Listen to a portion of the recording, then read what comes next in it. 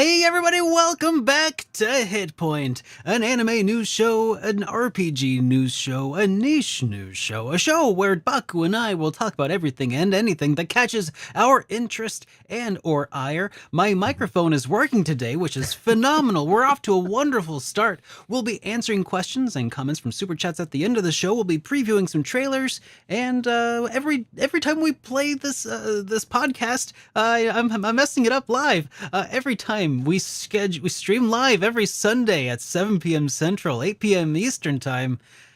I was so close. You were so close. I was there. I had it and I dropped it. Baku, how are you doing, man? Other than being disappointed with your performance tonight, I am sorry, everybody. I'll go get the sword over there for seppuku. But time to go on an apology tour. That's yeah. what you need. Yeah. All right, let me do this great, right, man. Although I have a bunch of final papers to do this week.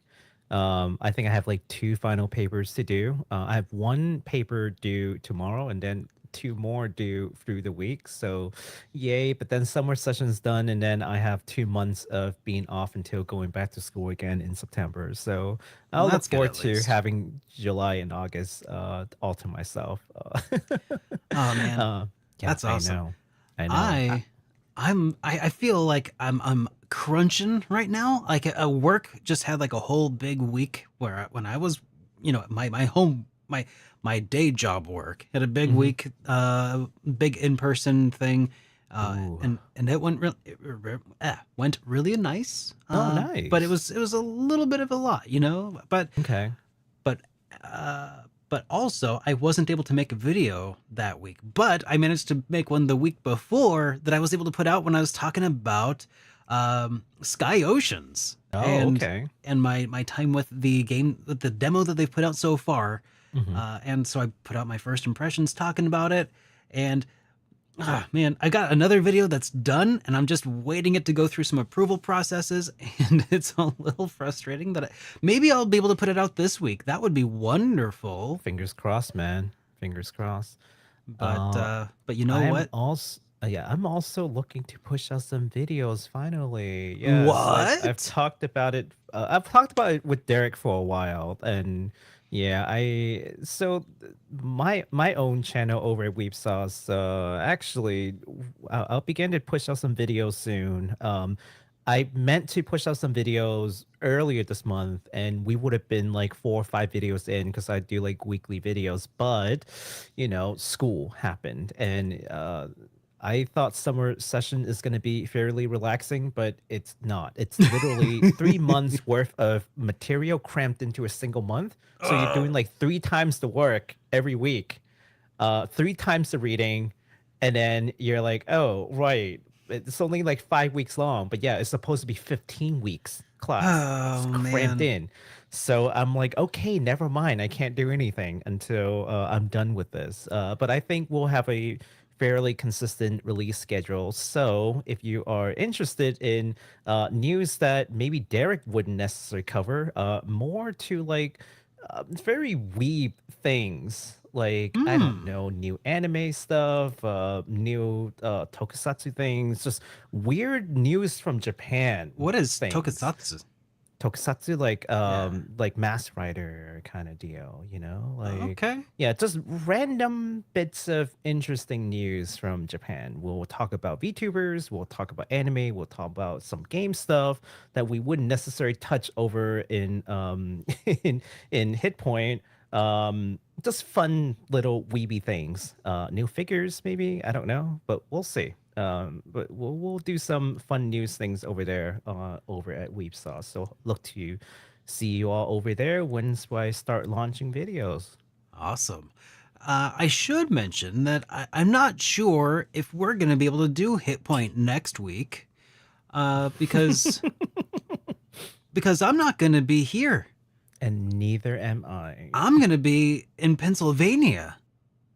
And I'm also going to be in Pennsylvania. You too? Me too. What? Weird.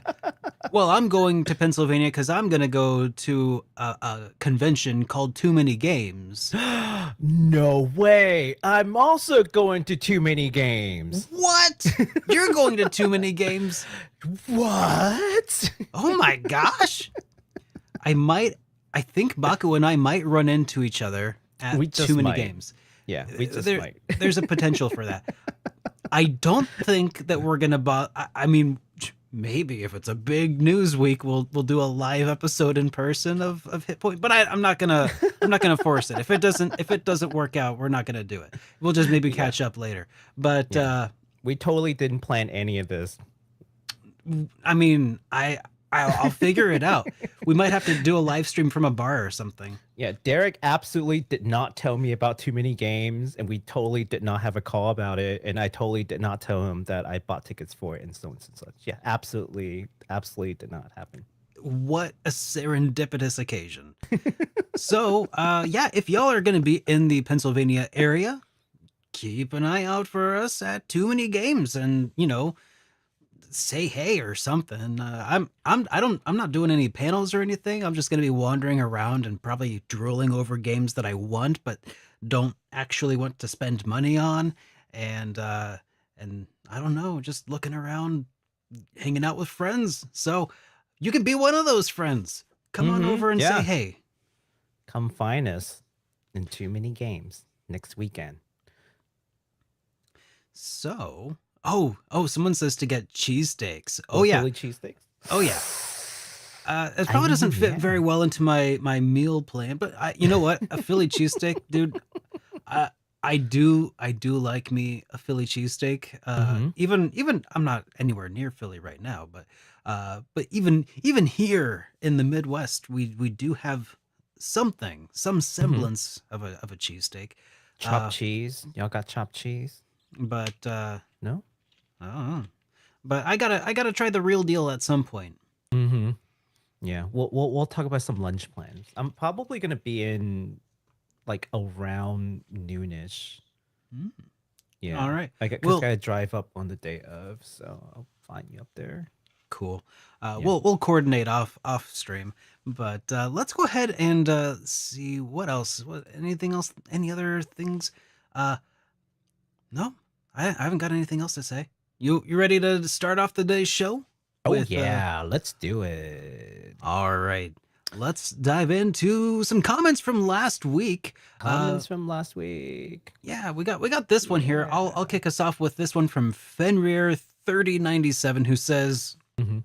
actually they left a very detailed and lengthy message, but I'm just gonna say a small section of it here. It says, for the Souls games, they give you the tools to make the game easier, Baku. It's up to you to utilize those tools. Most people who consider the Souls games difficult is because they don't utilize all the options that the games give to them. The Tree Sentinel, for instance, that you're stuck on, is beatable at the start of the game, but the point of his placement is to teach you that you can always come back and fight tough bosses later after you've gotten stronger. Mm-hmm. So I'll give you an opportunity to respond. You already responded, but I'll just. I did. If you guys want to see my response, you can see last week's hit point and see the comment section there. But basically, I said, thank you for the kind message and the kind guidance on it. I do know that is what the game is about, but I had to explain the circumstances of me playing the game. So what happened was, I got what is the game called again? Elden Ring. Elden Ring. I got Elden Ring as a challenge game that I can play for a fundraiser raid train. So it was meant to be a challenge run. And I also had a bunch of challenge redeems for the milestone. So it was for every $200 I raised, I would take a shot. So I was about 6 shots in already. I think there was a fire noodle challenge in there at some point also. Fire noodle challenge. I was holding the controller in reverse. So imagine being upside 6 down, shots in. Or brand new to Dark Souls game, reversing your controller. Okay. So imagine like here's the controller. Okay, like so usually you would play like this, right? Yeah. Well, I was playing Elden Ring like this. Okay, No. 6 shots in, never really touch a Dark Souls game, playing the controller in reverse and fighting the very first boss.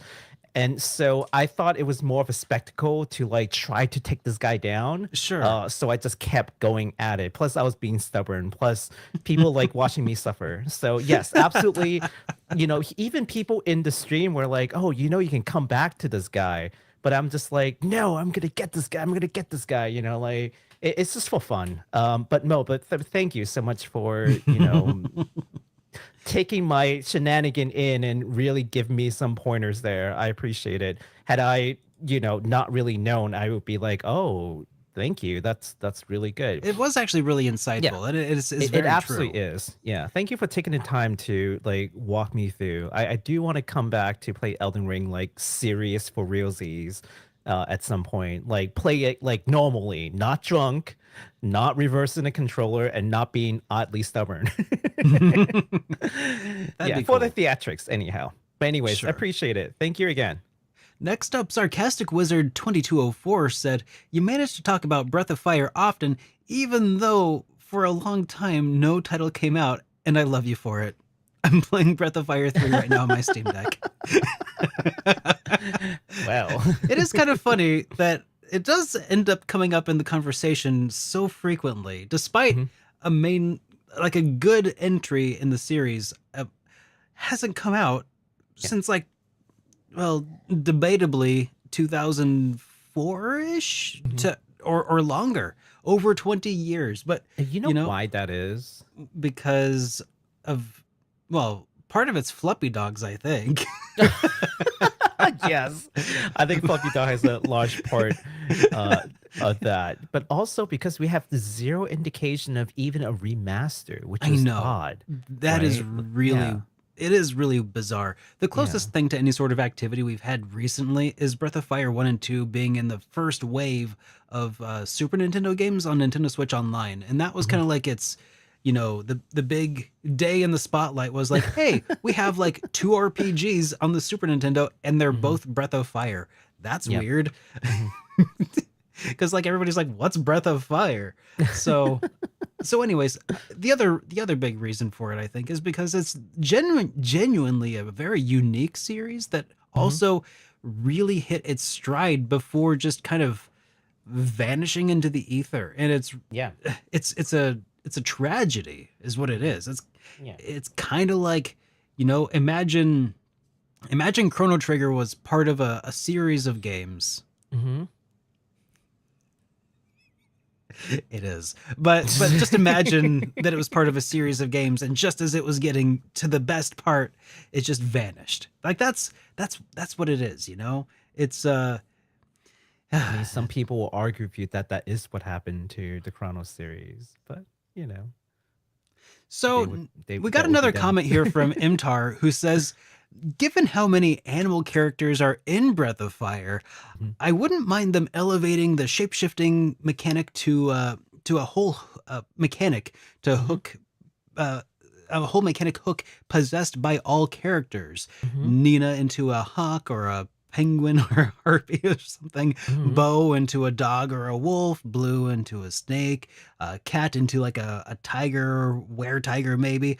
They Mhm. say I don't think I totally love the implementation into the game where Ryu was kind of the Gary Stew every game. Mhm. Uh, I get that, dragon power trip thing, but I want more dynamic resources and incentives to swap forms more fluidly and letting Hmm. others shine, and letting Ryu be more than just an Oh. auto attack bot when you're hoarding your mana. So Oh, that's I think interesting. I think it's a very astute observation. Like all Mhm. of the characters in Breath of Fire, like this is another reason I think a lot of people really kind of like draw toward Breath of Fire is because Mhm.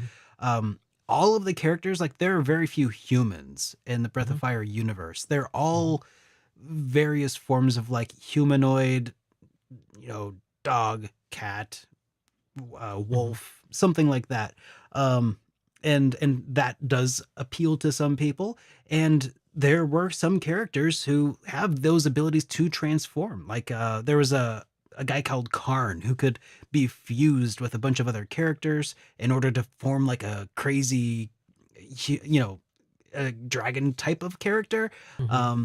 But there were a lot of other characters who could like transform into were tigers, and this is really cool stuff. So I feel like transformation is sort of a central pillar of the Breath of Fire series. It just has taken a lot of different forms over the years. But it would be Hmm. neat to see a game, a new title in the series, period. But a new title in the series that opened that sort of mechanic up to more people, or maybe to everybody.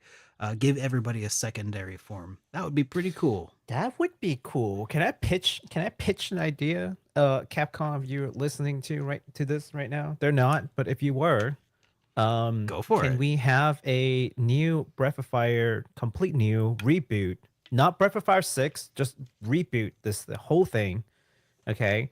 Where you have a main character with amnesia, of Of course, course, um, as one does. who wandering the world and meets these different characters who can and all the people in this world can transform into a different form, like going by this idea, and it's all cool and stuff. And for whatever reason, the main character cannot transform into anything for a while, and then and an occasion transforms into the legendary dragon, which no one has Hmm. seen in centuries, because dragons are supposed to have already been extinct.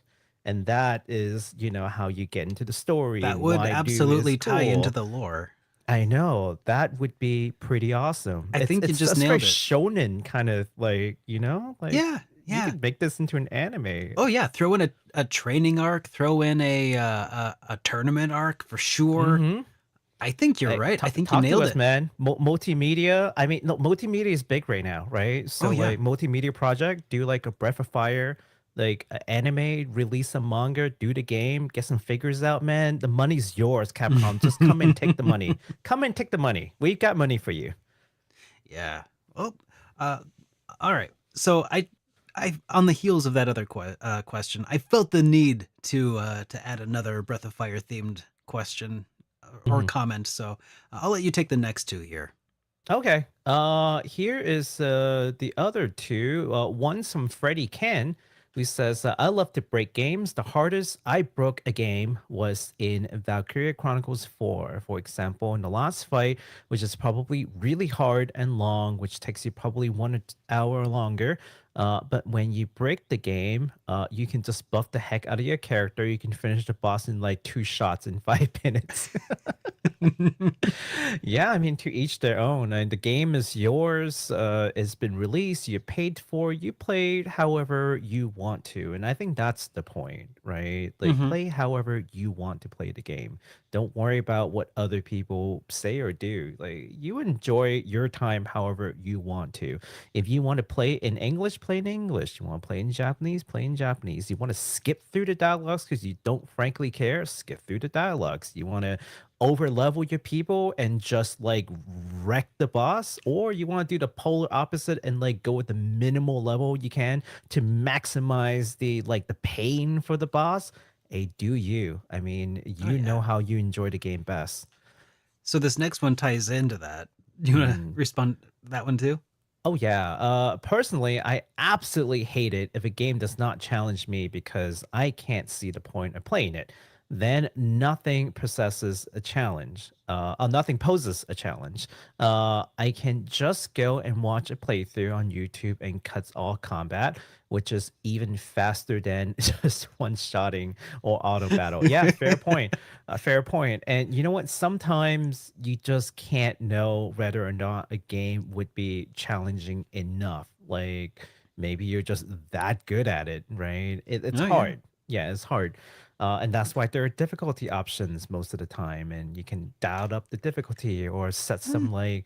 some self-imposed restrictions, like not using certain weapons, keeping your levels low, skipping battles, etc., etc. There Hmm. are always ways, but it feels like the burden became yours to dial in the right. difficulty, right? But Yeah. if you're on like spectrum of players and your skill level is just really high on the spectrum, which is unfortunately the case, and most people are just not as good at games as you are, then unfortunately you will probably have to do a lot of these self-imposed restrictions to keep the difficulty high. But hey, Hmm. at least that's a choice, right? Oh, So yeah. most of the time, anyways. An interesting form of that where you can self-impose some challenge that's, I mean, a lot of people have heard about it by now. The Nuzlocke challenge in Pokemon. For those of you who are not familiar with the Nuzlocke challenge, this is something that actually kind of reignited a fire in my belly for old school, like Gen 1, Gen 2 Pokemon. Is basically the idea of introducing permadeath into Pokemon, which Mhm, is obviously kind of like, how could you possibly incorporate that into Pokemon? But also, like, it's a little bit at odds with the world of Pokemon. mhm, But it's a self-imposed challenge where when your Pokemon faints, you put them into your computer and then you release them into the wild. mhm, Like, kind of like a burial, if you will. But you have mhm, to name each Pokemon mhm. as you acquire them, Yes. and you have to capture the first one that you see in each new area, and that's the only one you get from that Mhm. area. So it Yep. forces you to use Pokemon that you would not typically use. It gives you an emotional attachment to Pokemon that you have had alongside you for the longest time. It is it is a perfect way, and it ramps up the difficulty like tenfold. Like, Mhm. there is actually a fail state in Pokemon Nuzlocke challenges, and it's phenomenal. Um, yeah, so that's kind of one of those things that you can do. It would be nice if there was a way to build it into Pokemon, to just have it happen for you and not have to, because I feel like it's too tempting to be like, oh, that one didn't count because it used self-destruct on its first turn. But Mhm. but anyways, that's an example of that kind of adding your own difficulty challenges. Um, but all in all, I think that like you were saying, it does come down to like, what is your skill level, what do you enjoy, and then recognizing what you enjoy, and self-imposing some restrictions to allow yourself to enjoy that. Mhm. um yeah. Or do the opposite. Like, like self-imposes if the game's too easy. If the game's too hard, like don't feel bad to go on easy mode or like Oh, yeah, cheese things. Like don't let people shame you to if you're just not enjoying the game but you just want to keep going, uh just keep going. Like don't worry about what people have to say. It's oh, your yeah, game, it's your time. Do what you want. for sure. So, at this point, I would like to also mention to everybody that if you have a voicemail you would like to leave us, you can do so at 785-337-3805, or you could send us a voice file over to HitPoint at SuperDerekRPGs.com, and we'll play it on the air. But we don't have one Heck this week, yeah. so we'll just move on to another section here. We're going to talk about the games that are coming out this week. Yes, and there's really only one, but one that I am very interested in. This game is called Until Then. It is from Polychroma Games. It is a narrative adventure game that is set in the Philippines and is coming out Yes. in 2 days on the 25th. We've got a little trailer that we can show you to sort of jot your memories a little bit on what this is because we talked about it before. So, yeah, let's take a look. Yeah, I'm pretty excited about this one because it reminds me of Space for the Unbound Mm-hmm. somewhat. I don't know if it is like that, but visually gives me those vibes. I think it'll be similar. Yeah. So, for those who may not be aware or have seen Derek's, journey through Space for the Unbound, Space for the Unbound was a similar narrative adventure game, but it was set in Indonesia, and you get to learn a lot about like the Indonesian culture, sort of things, as you are going through the life of like a high school boy and here is sort of the same, except this time it's in the Philippines, which is actually really close to Indonesia. If you look at the map, they're like in that like Pacific Island sort of like area, Southeast Asia area. I've actually talked to a fellow streamer who is from the Philippines, and I was asking them if they would see this game in Tagalog, and probably not. They said it's probably just going to be in English, but it would be interesting if it was in Tagalog. So the Yeah. folks over in the Philippines speaks mostly English nowadays, so it'd be. But she was explaining to me how like there's certain like I don't want to say ancient, but like you know, Filipino like text, like font that they're using for certain language, and they don't really use that much in modern Philippines, but it is featured in this game, so I thought that was pretty interesting. So yeah, we had a small chat about it. This is beautiful, by the way. Oh God, yes. The pixel art and the animation quality is really nice. Absolutely beautiful. I love indies, man. Like Derek and I, we made like no efforts to hide our love for indies, and these are the reasons why. I can already feel like this is giving me the feels. Oh yeah, this is gonna hit you in the gut. I'm absolutely certain that this is one of those games. I don't want to be hit in the gut, but you know, if you do, you don't have to wait that long. You just have to wait until it comes out. When is that? 2 days. 2 days. On the 25th. And I'll actually be playing that, or I think over on my channel. Probably next week, or this coming week. I'll actually day one this game. All right. Well, it seems like we'll just have to wait until then. Yes, until then. But you ready for the Nintendo Direct stuff? Because boy, we've got a lot to go Oh over. boy, do we ever. All right. So let's go ahead and start kicking off this Nintendo Direct news that started on the 18th of June, just 5 days ago, and already it has taken the entire internet by storm and is revolutionizing the way we talk about RPGs and Nintendo Directs. I don't know if that's actually true. That might be hyperbole. But you know what? Mario and Luigi Brothership was announced, and that's probably about enough for us to get excited about, honestly. They are leaning in on the Mario RPGs. This time, a brand new island-hopping, turn-based RPG featuring Mario and Luigi in Brothership. And it finally makes sense. Like, I've been wondering for a while. Here, let's go ahead and put on the trailer. I've been wondering for a while, like, what exactly is Nintendo building up to?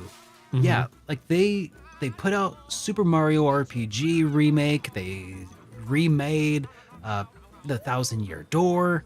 I'm like, what's going on? Why do they remember that these games exist all of a sudden? It makes me feel suspicious, you know?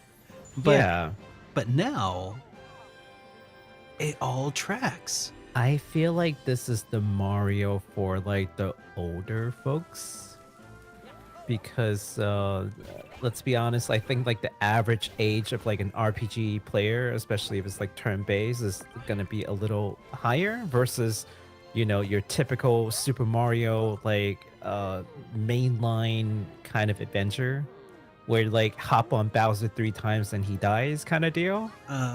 Are you calling me old? Because I'm not yeah, not disagreeing, but I'm not appreciative.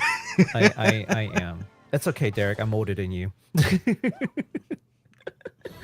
It's true. Oh, geez. So what I mean is, if I'm calling you old, I am calling me old. Yeah, it's true. No, but like, yeah, but I mean, the demographics for like the typical Mario game, you would imagine would be like, like under teens, like kids to teens, and maybe even in your 20s, right? But like that's sort of the demographic. Whereas like in an RPG format, you're expecting maybe teens and up, right? Yeah. So that shift is enough for them to warn releasing some games within the franchise that just has a different demographic. Age demographic anyways. This, though, I will say, does look like it might be the kind of RPG featuring a Mario that might span generations, because it also appears to have a greater emphasis on the Some platforming platforming. elements, Mm-hmm. and exploration, which was not as prominently featured in Paper Mario RPG. I don't know how prominent it was in the Mario and Luigi series, because I Mm-hmm. didn't have a DS um, when those games were coming out. Mm-hmm. So I'm excited to find out, how good these are, It But would be a very unique, like, mix of genre, who do you you know? think is making this, though? That's what I want to know, because Alpha Dream, who used to make the Mario and Luigi series, Mm-hmm. they went bankrupt a couple years ago. Um, a few years ago now. Mm-hmm. So, so who's making this? And Is it Nintendo just Nintendo? hired them. Maybe. I hope so. It's because that was one of the big discussion points around when Alpha Dream went under. It's like, is Nintendo just gonna let them flounder? Because like that's all they did. I thought Yeah. was the Well, I mean, Mario and there's no Luigi point in series. buying the company if you can just hire the people. I don't know if they. That's true. Right? Yeah, the Yeah. acquisition would have cost a lot more if I can just hire some key people that I like and then just like trash the rest and just form my own team inside. Especially if they already owned the rights to the IP. Mm-hmm. Yeah. There's no reason to buy out the company. So hopefully it's being. Oh, okay. Someone says ILCA is making it. ILCA, Imagine. okay. Yeah. I don't know. I haven't Bloober seen any team? official I haven't seen any official sources about it, but maybe I'll look into it while you look up Fairy Tale 2, because I didn't look into it since it was announced initially in the Nintendo Direct. And when I go to Mm-hmm. Nintendo's website and look at the page, there's not like a developer name or anything Mm-hmm. there. Um, so Yeah, Nintendo tends to be a little bit more tight-lipped about it unless it's like one of their subsidiary kind of company, like, the Pokemon company, for example. But let's talk about the next game. hold on, hold on. Yes, yes, yes. From Nintendo Life, as Mhm. noted by VGC, some of the team members who stayed on at Nintendo after Alpha Dream folded include the company former development manager Hiroyuki Mhm. Kubota, Mhm. who is now at Monolith Soft, and Mario and Oh, Luigi director Yoshihiko Meikawa, who recently supervised the Switch version of Super Mario RPG. So it looks like, probably the latter, not the former. yeah. Well, Yeah. it says that, yeah, yeah. I don't know. I don't know. Maybe that's. Oh, well, it says some of the original developers are working on Mario and Luigi. So, I think we lost Baku. Hmm. Baku, are you there?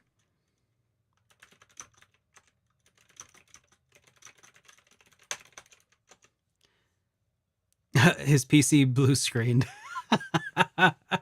Okay. Well, while we wait for Baku to reboot his computer, yeah, I'm gonna keep looking into this, because this is really interesting to me. Um, and this one's from Nintendo Life. They published this when, uh, yeah. So GameFile Steven Totillo asked Nintendo rep who was developing Brothership, now that Alpha Dream is out of action. Yes. Okay. Yeah, so it's all the same. Well, not all of the same, but it's a lot of the same leads.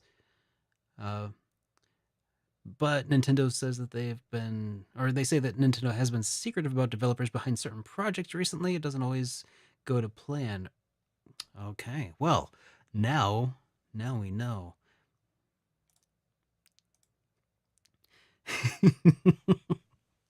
All right. Well, you know what?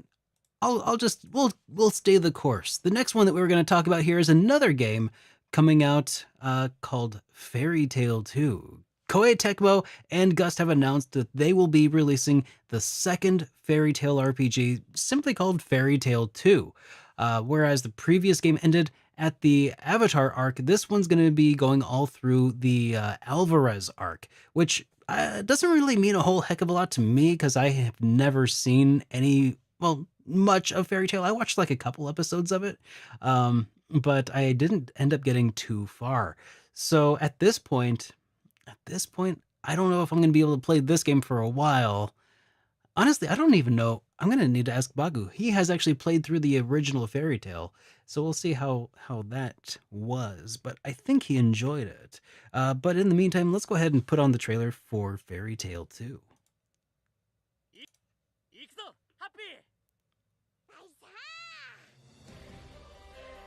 Relive the climactic Alvarez Empire arc from the hit anime Fairy Tail in this Ah. action RPG. I think that the characters always look so cool. Set in the vast kingdom of Fiore, Team Natsu prepares to finish their fight. Engage in real-time battles and unleash powerful attacks that fuse different kinds of magic based on who's in your party. Work together with your teammates to take down powerful Oh, enemies. welcome back, Mr. Baku. That's all right. I was Tale 2 just launches stalling on for Nintendo ya. Switch Do this you winter. need to send me a new link for your video, or is the same one? Oh, I see it.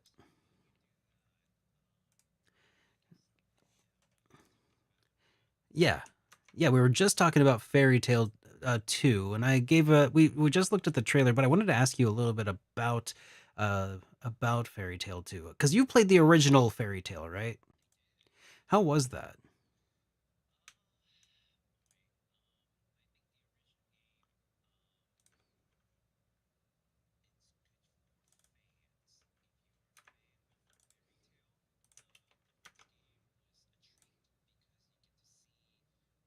All the main characters, and they pull really cool, like, signature moves, and we cannot see or hear. Can you hear me now? Yeah, I can hear you and I can see you now. Oh, there he is. Okay. But can you guys hear me? Yep. Okay. So, yeah. So Derek was asking about the original fairy tale, and I think the original fairy tale is a treat for fairy tale fans. You get to see really cool, like animated, like supers and skills in battles, and it's like really, really well animated. But it's also like you kind of saw where all the budget went, because the enemies are basically just different color, like super um uninspired, and like you're just going through trash mobs, and all it is just you using these really ultra cool moves and a bunch of like trash mobs. And even the bosses are just basically pushovers, and the whole thing is just really just about seeing all the cool moves that you can dish out at people. So if you're a fan, that's cool. But if you're not a fan, you're going for like, oh, this is like a good RPG. It really wasn't. Now, that's not to say that Fairy Tail 2 will be the same. And I think that they're different in two key ways. Oh yeah. Number one, in the original Fairy Tail, they went through like 10 arcs. Okay. And they just really like Oh skip wow. through like super fast. Whereas this game, it's only, from my understanding, anyways, is really focused on the Alvarez like arc, which is Mhm. like just one. So if they are willing to like really go into the detail of the story and like really give different characters time to shine, and like don't just skimp out on the enemies, and like actually make it like a bona fide good RPG, Yeah. I think this could be really good. Like they were halfway there. They did all the playable characters like really well, and then all the enemies were garbage, and the story was just super like hasty. Yeah. But if you could just Okay. fix those two things, this could be a really good RPG. Like they're almost there. They're almost there. So you're feeling like this one's probably pretty promising then. I think so. I think so. Like I feel like if they can just focus on one arc and do it well, instead of trying to span all these arcs into a single game and just kind of like skip through them, like and really put some resources on making the enemies a little harder and less generic. Mhm. um I think this could be really good. Did you watch the anime I did. of Fairy Tail? How was I that? did. How would you rate uh it? Impromptu anime review. Go. From zero to shonen, it's like shonen. Sweet. It's just extremely shonen. Okay. It's just I wouldn't start fairy tale today. If it was like a new anime, I probably wouldn't watch it. But I think I watched it because I watched it when I was still more susceptible to shonen anime. But nowadays I'm like pretty jaded, so it's just because I'm an old fan. But if you've never seen it, or like you are still a fan of the shonen formula, you haven't gotten jaded or tired of it, I think Fairy Tail is a great Look at me, Baku. shonen Do I anime. look like I'm jaded and dude, I still love shonen. I can't help it. I can't do shonen anymore. Like, oh, Fairy Power Friendship. Yeah, it's extremely power friendship. It is exactly what you would imagine from a shonen jump anime. Okay. It's friendship, hard work, and time skip, and you know, Okay, it's cool. got it all. I'll need to check it out. Yeah. I in unrelated news, I did just finish Frieren with Amy the other day. How was that? It was nice. It did end on kind of an anticlimactic note. I felt like I feel like they're gonna be making more. Like they should be. There's gonna be more. But it There's sounds gonna like the manga is on hiatus. So There's gonna be more. There's gonna be more. yeah. I hope so. I'm looking forward to it. And I just hope that when they do make more of the manga, that they do make more of the anime too. Because I can't be bothered to read the manga at this point. I'm one Yeah. of those anime only weebs. Like Me too. fake, take my weeb card. It's fine. I Nowadays, just give me that anime. Nowadays, I'm anime only. Yeah, no manga, no light novels. I don't have time for it. Which is too bad because, like, for instance, one of my favorites was Gantz, but like it had some incredible artwork for sure. But yeah, it was about when I was going through Gantz series that I was just like, you know what? I would rather watch an anime.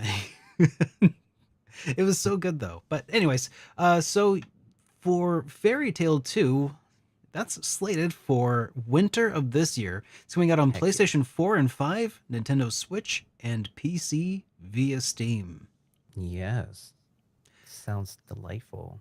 I know. Can't wait. I'm not really looking forward to it because I never played the original. But Baku, I'm glad to hear you're stoked. Make sure you I hype am responsibly very- over there. I'm cautiously excited about it Cautiously because, optimistic. Yeah, cautiously optimistic because like the first game was kind of lackluster, and I got to see all the cool moves already. So I'm like, what do you really have for me in the second game anyway? Like all these anime tie-in games, there's always that common problem of like they're not treating this like it's supposed to be a good game. They're treating this like this is a extended work of the manga or anime that you love so much. This is just the bonus. You get to play it a little bit. It's like, no, make it a good game first. Did One Piece do a better job of it? I haven't played it. Me neither. I bought it and I haven't played it. I plan on it, but backlog. I feel that. Yep. All right. I'll move us on to our next one that I'm honestly probably equal. I feel like this might be one of the games that I'm actually the most excited for, and I don't think I'm many excited other. for this too. I don't think a lot of other people are. This is a sleeper hit. Square Enix is partnering with Hironobu Sakaguchi to bring the enhanced version of Fantasian out of the Apple Arcade and onto various other platforms where RPG players actually are. Yeah. In addition to the enhanced graphics, the game will now feature English and Japanese voiceover and additional difficulty options. This is Fantasian Neo Dimension. Oh boy. Oh man, I cannot wait to show this because I played it on my iPad with a controller on a TV, and it was like a really classic old school kind of RPG experience. Destiny. My Man. name means English. Having VO is nice. Yeah. you've got a lot of nerve. Very well then. I'll tell you exactly what So, you've done. y'all, Haven't a clue what purpose the this victories game serve. Ignorance is kind of like it's what you want. This is a game kind of like It's what you... yeah. Hironobu Sakaguchi is returning to making a freaking just traditional turn-based RPG, but with modern quality of life improvements. It has this really cool system where, like, when you have random encounters on the field, you can just like throw them into an alternate dimension and then fight them all in one battle later, like all at once. Like you might run into like a group of 3 enemies here and a group of 4 enemies there and another group of 3 enemies, and then you get to when you decide to fight them all, you have 10 enemies on the map, and you can do some AoE attacks and just take them all out at once. It's Man, that so sounds cool. So cool. It is super cool. It's all like the whole battle system is based around like arcing your attacks or doing different abilities and like and it's all done in this really interesting it's like pre-rendered backgrounds, which makes it feel really old school, but they're not pre-rendered. They are dioramas that they built with like physical things, and then they took pictures of it from a bunch of different angles, and then those were the backgrounds, and then they mapped everything onto it. It just it's nice. It's delicious, man. Like No, that's just the kind of stuff that's really cool. I know. And people on the JRPG Weekly Update were saying stuff like, why would I care about a phone game coming to consoles? Like, that's not what this is. Because this played like the Nintendo Switch is a phone, okay? like literally, it's just an ARM processor with some built-in like graphics. Everything that comes out on the Nintendo Switch is a phone game, just with a controller. So that's a stupid argument. So yeah, it really is. I mean, so I feel like this is the opposite. Of, this is exciting stuff, guys. Get hyped responsibly, hype responsibly. But this is good, and I think you're gonna like it. This is the opposite of the like Final Fantasy V, Final Fantasy VI, like before the Pixel Remaster Steam version, where like it was a game that was made for the phone and then moved over to PC. Yeah, I think this is the opposite. This is a game that was made for console, but it got thrown onto Apple Arcade. But I think Sakaguchi had every intention to make this a console game because that's all he ever knew to do. So Apple just kind of like, well, since we're signing you're gonna have to make this work for a phone, and that was like the compromise.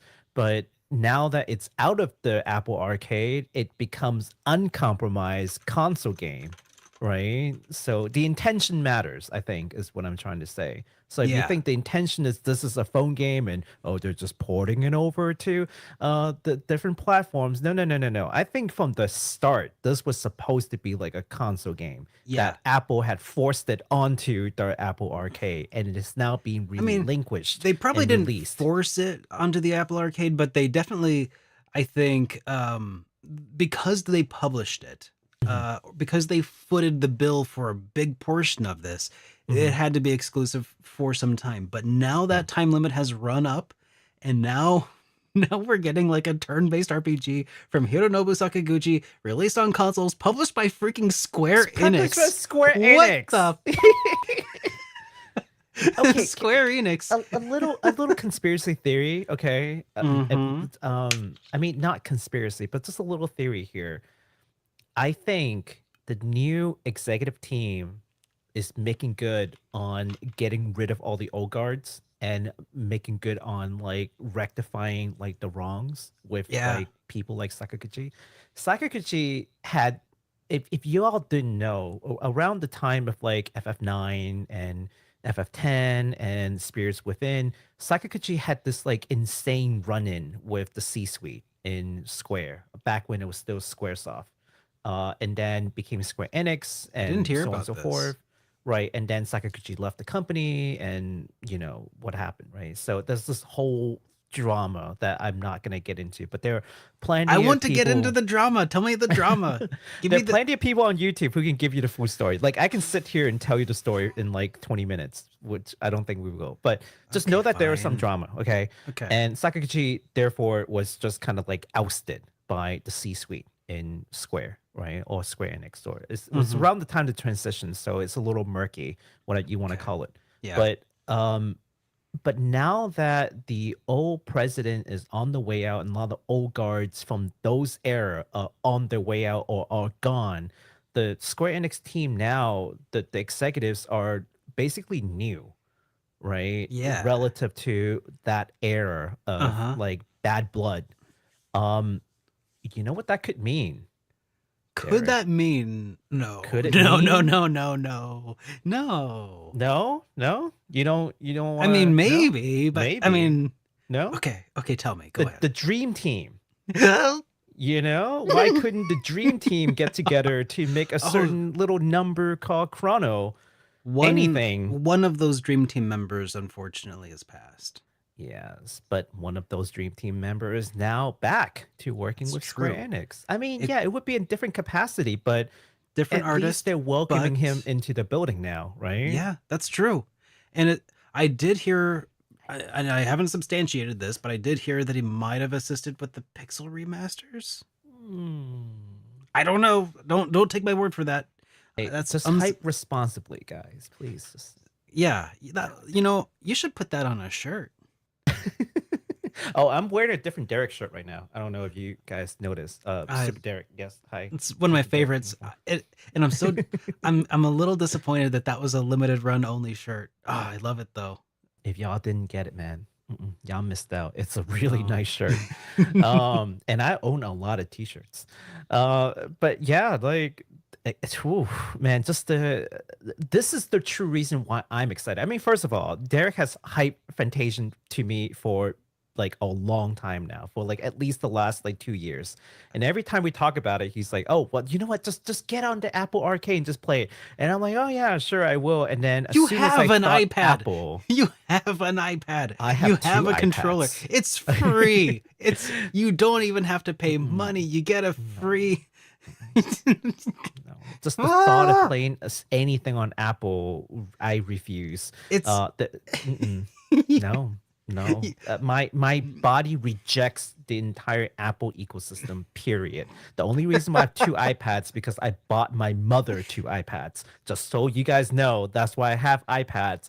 It's a long story. My sister got my mom into the Apple phone, and ever since then, she only knows how to use Apple phones and by extension, the iPad. And I don't have time to teach how to use an Android because you have no idea how tough it is to get her to learn how to use Apple phone to begin with. So fine, that's okay. But I'm not gonna get into the Apple ecosystem. No way. I feel like okay. I feel like Patrick Star in that meme. Okay. You have an iPhone. Yes. Yup. You like Hironobu Sakaguchi. Yup. You have a controller you can connect to the iPhone. Sounds good to me. So you play it. Nope. Don't wanna. Something about the equation didn't work out. Hey, but it doesn't matter because now it's on all these different platforms, right? And now you when can play it after you Yeah. pay for the privilege instead of playing it for free. I'll pay for it. I will tell Square There you Enix. go. I'll pay for it. I'll vote with my wallet. Tell Square Enix I want more Sakaguchi. You're That's pay- what you know I what? am paying. I'm gonna buy it too. Yeah. I played it for free. At least the first half. It was released in 2 episodes, so I assume that they're combined into a single episode now. But yeah, I'll buy it too. Hopefully a physical version. I mean, I don't know, but hopefully, and I will happily pay for it. Mhm. So yeah, I'm So, excited about this, When guys, when and can you we should be expect too. this game, sir? Oh, I don't know, man. Why are you asking me? It's slated for winter of 2024 on all modern platforms. All modern platforms. All of them.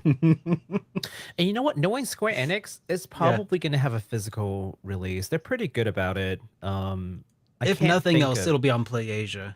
Yeah, if nothing else, on PlayAsia. I couldn't think of a lot of games that aren't on like all these platforms and then not have a physical game. I'm sure that there are, but like it's more rare that it wouldn't have a physical. Boy, they're gonna. It's a missed opportunity if they didn't do the physical release on this one. Oh, well, This game is targeting like the older generation, I want to say, and the older generation prefers physical. So they're gonna miss out on sales if they didn't do physical. man. So somebody's getting me irresponsibly hyped in the chat. Martino, watch it, man. Says You they're better already watch talking it. about a sequel. You I don't better know watch about that. I can't. I'm trying my hardest, guys. I'm trying to reel it in. Baku, help save me from myself. Take us to the next topic. Okay, Frau. I'm gonna talk about a game that I know Derek's not that hype about, but I think it's because we talked about it during the pre-show. It is a game that we've been talking about since the Marvelous Showcase, and now we have some actual gameplay and a release date from the Nintendo Direct. The game that we're talking about is definitely not Fairy Tale, but a game called Farmagia. No. Farmagia. It's Farmagia. Farmagia. Yep. See, I also made that same mistake. I was like, is it Farmagia? Like, but I heard from the developers shortly thereafter. It is Farmagia. Farmagia.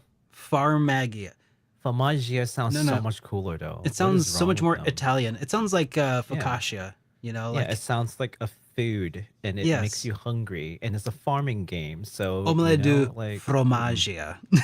Formagia sounds so much more like It's a sounds so French fancy. it's a French Yeah. cheese dish. It's a French cheese dish. I mean, fromage is French for cheese, and I know that because of Dexter's Oh. Lab. Oh, okay. Yeah. Well, let's take a look at the French cheese dish trailer. Okay. Peggy 12. This is the Omelette de extended trailer. Fromage. Formagia. Underworld nation of Felicidad. So yeah, so Derek doesn't care because it's a farming game. I mean, Yeah. In Felicidad, Okay. It's okay. It I'm has- with you. I'm it has kinda some work.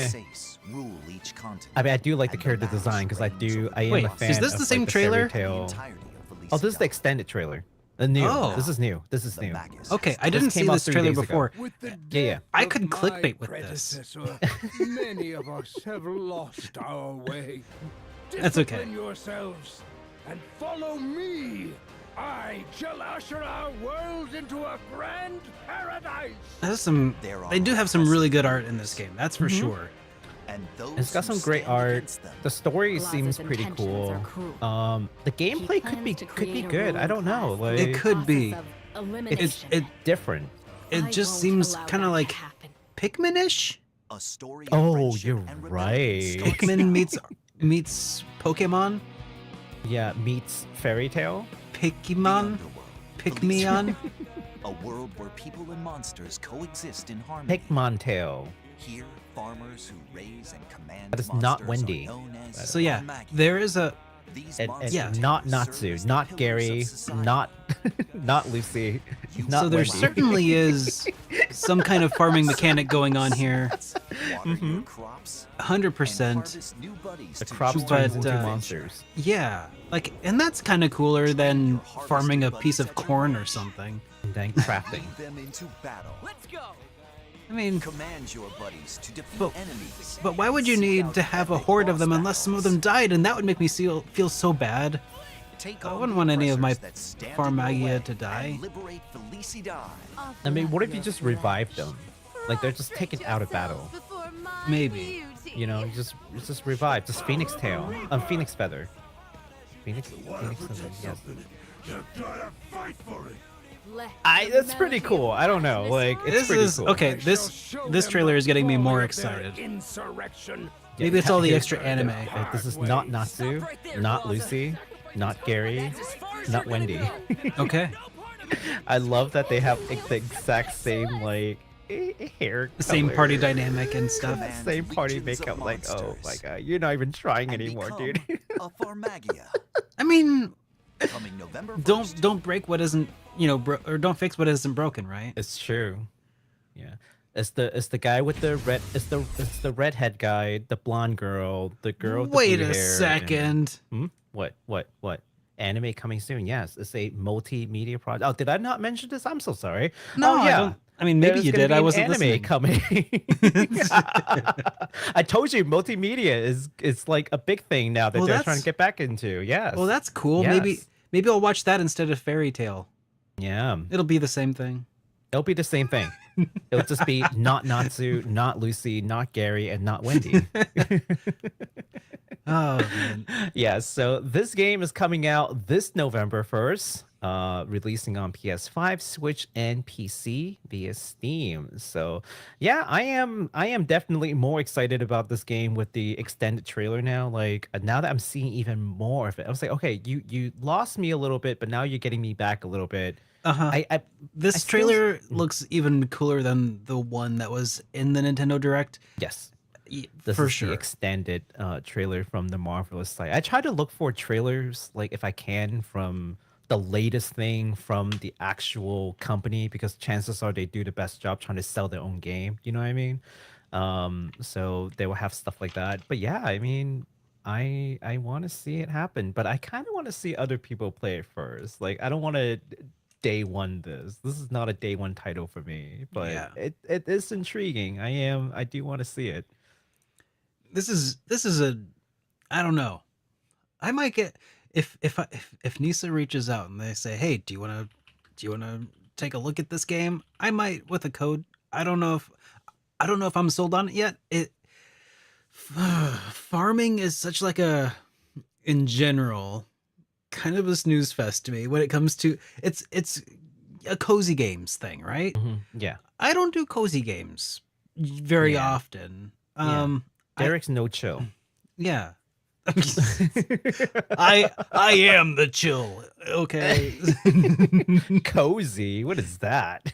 Yeah, I don't know.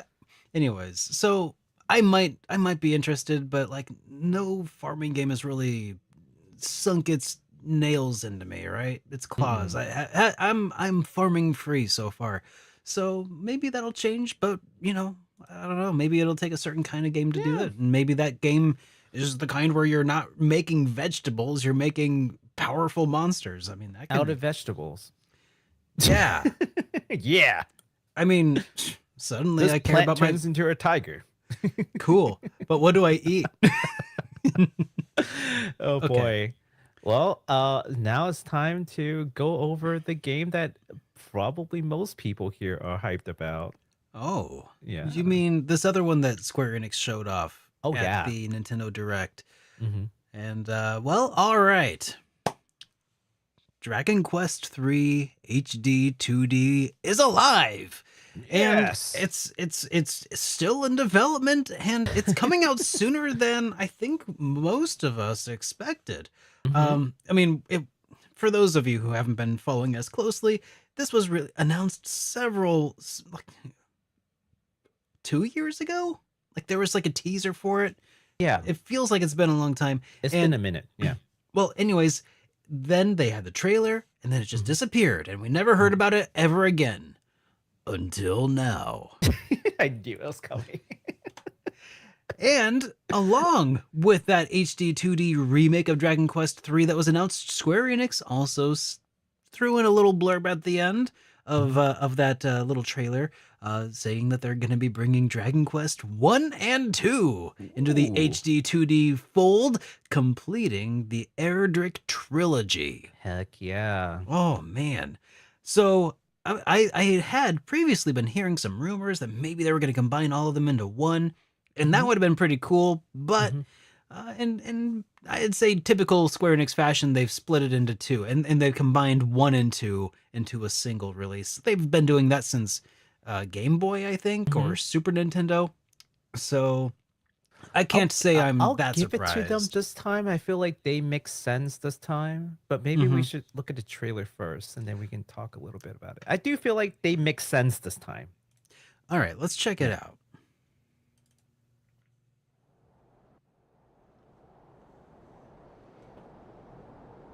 The time is nigh. I was waiting for you, man.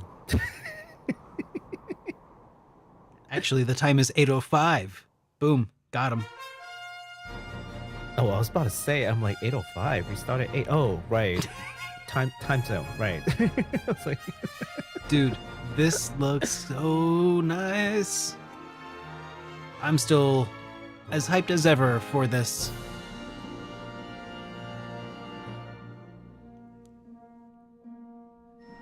Journey with allies to face the archfiend.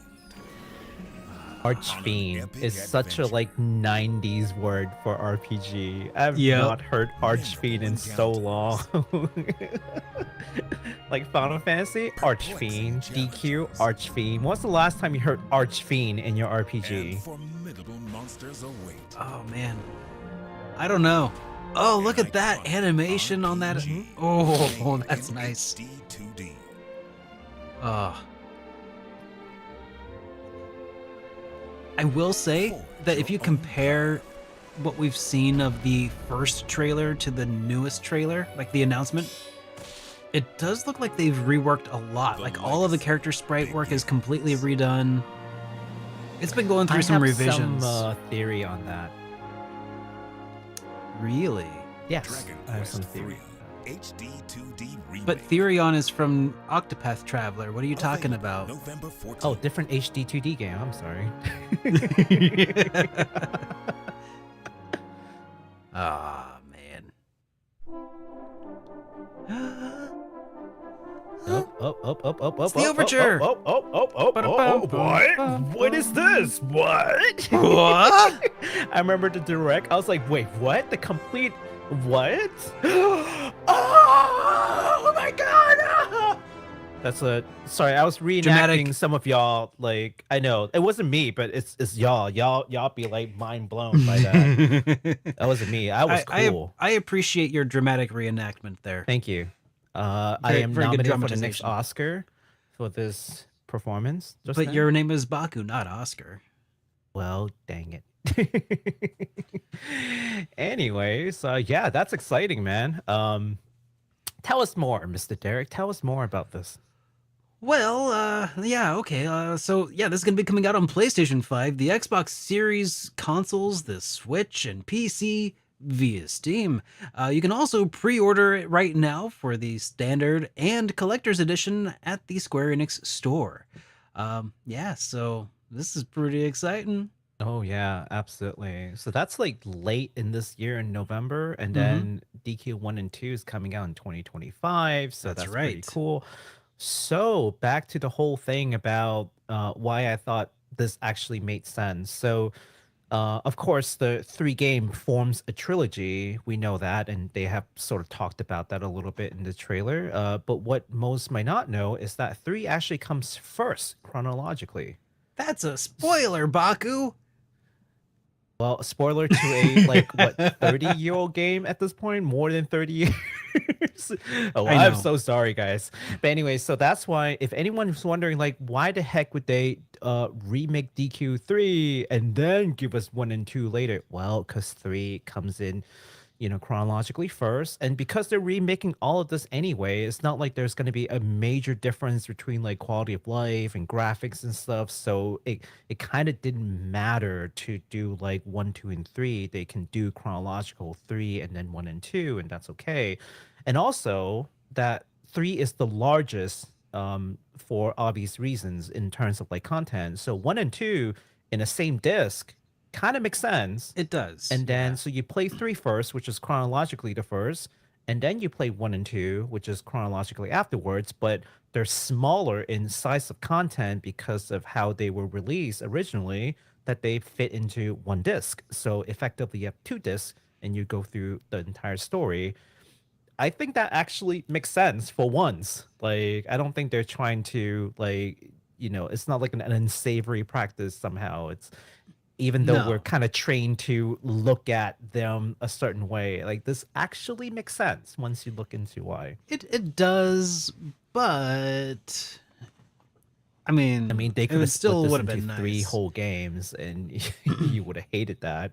So I will say though Mhm. that Dragon Quest III is, in my opinion, it was the first Dragon Quest game that started to feel like a Dragon Quest game. Mhm. It was where it really started hitting its stride. Dragon Quest IV was there. It had nailed the formula down. But 3 was still like where they were discovering what it meant to make a game a Dragon Quest game. So I think that might have been the first one where they introduced Puff Puff and other things that other staples. Puff is what makes the DQ experience. Okay, Bro, guys? you jest, but I'm serious. it had gags in addition to high fantasy, or maybe low fantasy, depending. Yeah. And a lot of the same characters, a lot of the same enemies made their returns. But yeah, Dragon Quest One is so short. It's like less than 10 hours or so. It's hard to go back to by itself, but hopefully this remake will flesh it out a little bit more. It was Yeah. because this was before they invented the idea of having multiple party members in a Dragon Quest game. Dragon Quest One was just one dude. You had a party of one the entire game, so it was kind of wild, really, what they were able to do and eventually accomplish. So They say Puff Puff is in DQ1. is it? I don't think that's true. I mean, maybe not the original release. Maybe they backported Puff Puff, but What they retconned Puff Puff? Is Yeah. that what you're saying? yep, probably. But I will say that because they're remaking this from the ground up, it's not a simple remaster. There's a good chance that they will fix little things here and there that makes it a more complete, more modern experience, more polished, if you will. Like they have a chance. They might not do it, but if they're gonna remake it from the ground up anyway, there's nothing that's really stopping them from adding little things here and there to really round out the experience. So hopefully that's what they're doing, and not just simply taking everything from the base and then just like, here you go, here's HD2D. So that's the whole thing about the release order. Now, the other thing that we talked about, which is like, why does it look so different like now?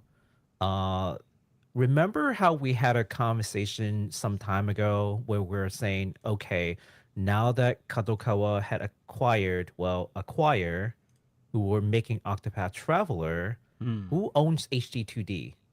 Who's gonna do these things? Will Kadokawa still be like, yeah, quiet, go back and go work on it? So we never knew who was working on DQ3, but we do now. And we know that Acquire is actually not part of the development. Something called Armor Project, Bird Studio, and notably Spike Chunsoft out of nowhere. It's not out of nowhere. Spike Chunsoft developed the original Dragon Quests 1, 2, 3, 4, and 5, I think. Yep. See, that's the thing. HD2D thing, I didn't think that it would be involved, but Yeah, okay. but it makes a lot of sense. It does. Because a lot of people don't realize this. Enix back in the day, they were not a developer. They were a publisher, and they would commission works from other people. So while Yuji Horii, he was involved in creating Dragon Quest, right? They hired it out to Spike Chunsoft to actually do a lot of the heavy lifting. No, that's interesting. Yeah. Nowadays, Spike Chunsoft is known for Danganronpa, which, as you will learn later on, probably no longer the case either. But we'll talk about that when we get there. Is that why it's called Chuni? Because it's like Spike Chunsoft? Oh, no, not even remotely Just close. checking. Yeah. Chuny means like second year middle school. It's like a age thing. All right. Where you're starting to stop being a child and start getting into the adolescence phase, but you haven't lost your childish tendencies to like live out your fantasies. So it's just a mere happenstance that Chunsoft makes Junie stuff. Yeah. Just Okay. yeah. Gotcha. But hey, I'm still learning this word. I'm learning how to use it appropriately. I'm now learning the etymology. Well, I can certainly tell you about that. But yeah, so Acquire is missing. So that solves one question that we've asked before, who in fact would own HD2D, and it's not Acquire, it's definitely Square Enix. But also that might be the reason why there was the delay.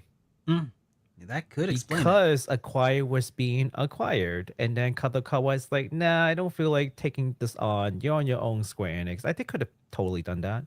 Yeah, taken their ball and gone home. I suppose that's a possibility. Kadokawa could easily pay for like dissing Square Enix to be like, yeah, you're on your own, figure it out, and just wreck the contract. Like, you think there like be like, money to pay? Yeah, Kadokawa got money for days. You have no idea. So Square Enix be like, okay, fine, we'll take the loss, we'll find someone else. That's my theory, is that behind the scene, maybe Acquire was working on this, and then Acquire got taken off because of the acquisition, and then Yeah. they had to find someone else, and then they have to redo a bunch of things, and then they're like, you know what, forget it, just do it differently, right? You And then might be there are a right. bunch of changes. You know, just makes me wonder again, like, what was it about Acquire that made Kadokawa want to acquire them in the first place? Like it, Hmm. I mean, That's a good question. why? It's just so like, sorry, they I make think good games. It's just so Mhm. random. Yeah, it sure is. I feel like Acquire just has, a lot of different kind of talents. They're a very malleable developer. So I would, if I were investing in a company, they're actually prime for investment because they're so malleable. They're so Maybe that's adaptable. it. Maybe it's Yeah. not that Kadokawa went looking for them. Maybe they went looking for a buyer. Because no, Acquire was owned by someone else before, so it would have been Okay. that group that decided to sell. Okay. So yeah. But regardless, yeah. So I think that's the more interesting part to me is seeing that Acquire is in fact not part of the development team. So that answers a couple of questions that we have, and potentially why there was such a delay and we didn't hear anything because they had nothing. It was kind of up in the air, and there might be contractual reasons why they couldn't really talk about the things, or there might be some kind of repercussion or loss of goodwill or credibility for one reason or another. They Sure. couldn't talk about it, and it makes sense why they wouldn't if this was the case. So it kind I of follow. Yeah. explains things a little bit. So there you go. That answers a lot. It does. All right. Well, I think you got this next one here. Yes. All right. The next one here is something that I doubt anyone saw coming. I mean, boy, if you thought like DQ 1 and 2, I mean DQ 1 and 2, at least we thought like, well, if you're making 3, you're gonna make 1 and 2. This game, no one saw coming. Don't lie. None of y'all saw this coming. And this game is from NISA, where they announced that they'll be releasing a sequel to Phantom Brave. Phantom Brave, by the way, a game that came out on 2004. They're finally releasing a sequel 20 years later called Phantom Brave: The Lost Hero. This is a tactical RPG that follows the series protagonist, Marona, who has the power to converse with phantoms and to summon them onto the battlefield. Let's take a look at that trailer. All right. Oh boy, I am stoked about this because I loved Phantom Brave back in the days. I never got to play it. This is Verona, So, a young woman I mean, it was on who can PSP, communicate with phantoms. I think, and it was also PS2. Yes, Yeah. PS2 and Wii. Her on a Yeah. journey to save her friend Ash. I never did play it. I didn't expect this at all. I'm like, Phantom Brave? What? Are they doing another like remaster? No, this is new story and everything. Turn-based So, battles. does this look like the combat is all the You can same? find the A phantoms little you've bit. befriended with objects in So like, various here's ways. how it works, right? Manoa will be not Manoa. Minora would be Marona. The girl's Thank you. name is Marona. Marona Okay. would be Combine summoned with a first cannon to attack into the large battlefield, or she'll appear first always, and because she's the only areas. human. Enemies around. And what she would do is she would Combine with affix Marona's phantoms song for show-stopping onto abilities objects that and can then turn summon the them tide onto of the battle. battlefield. And then Okay. they would then be able to Phantom fight Brave, The Lost on their Hero turns, and it will launches on basically Nintendo be Switch just like next year. the Skya a little bit. The cool thing about this game, though, is that it doesn't operate on a grid system, but rather I noticed that. Like you Yeah. had that circle that It's a was around a circle. person, and it would like Yeah. shrink as you would walk around, Yeah, so it's a indicating where you radius. could move to based off of. Yes. And that's Yes. super interesting. Mm-hmm. And even their attacks is based on radius. So like you Yeah. wonder like, oh, well, how do you determine attack range, right? Radius. Yeah, That makes a and lot I of thought it was sense. really cool back then, and I thought that was gonna be like the evolution of tactical RPG. And not many games has really taken advantage of that like radius concept. Like they've Did- always gone back to grid, I feel like like either square or like hexagon, but grids. did Rabbids, Mario and Rabbids use that kind of system? I think it's more like It's kind of like XCOM, right? Yeah. So possibly, Okay. possibly. I mean, yeah. I yeah. can't remember off the top of my head because I never played Rabbit. I wanted that's- to, but I never did. It's really cool though, because I Mm-hmm. feel like a lot of people. Was this the same main character as the original Phantom Yes, Brave? it's It the is. main character, Marona and Ash. They're sort of like the main characters. So I wonder Uh, if this is going to build on an existing story, or if this is something where like, do you need to play the original? It's hard to say. I mean, it's a sequel for sure. It's not a remake. It's not a remaster. It's a brand new story. From my understanding, this is gonna happen after the main story of the first game. But how much of it carries over? How much does it matter? Maybe not a lot.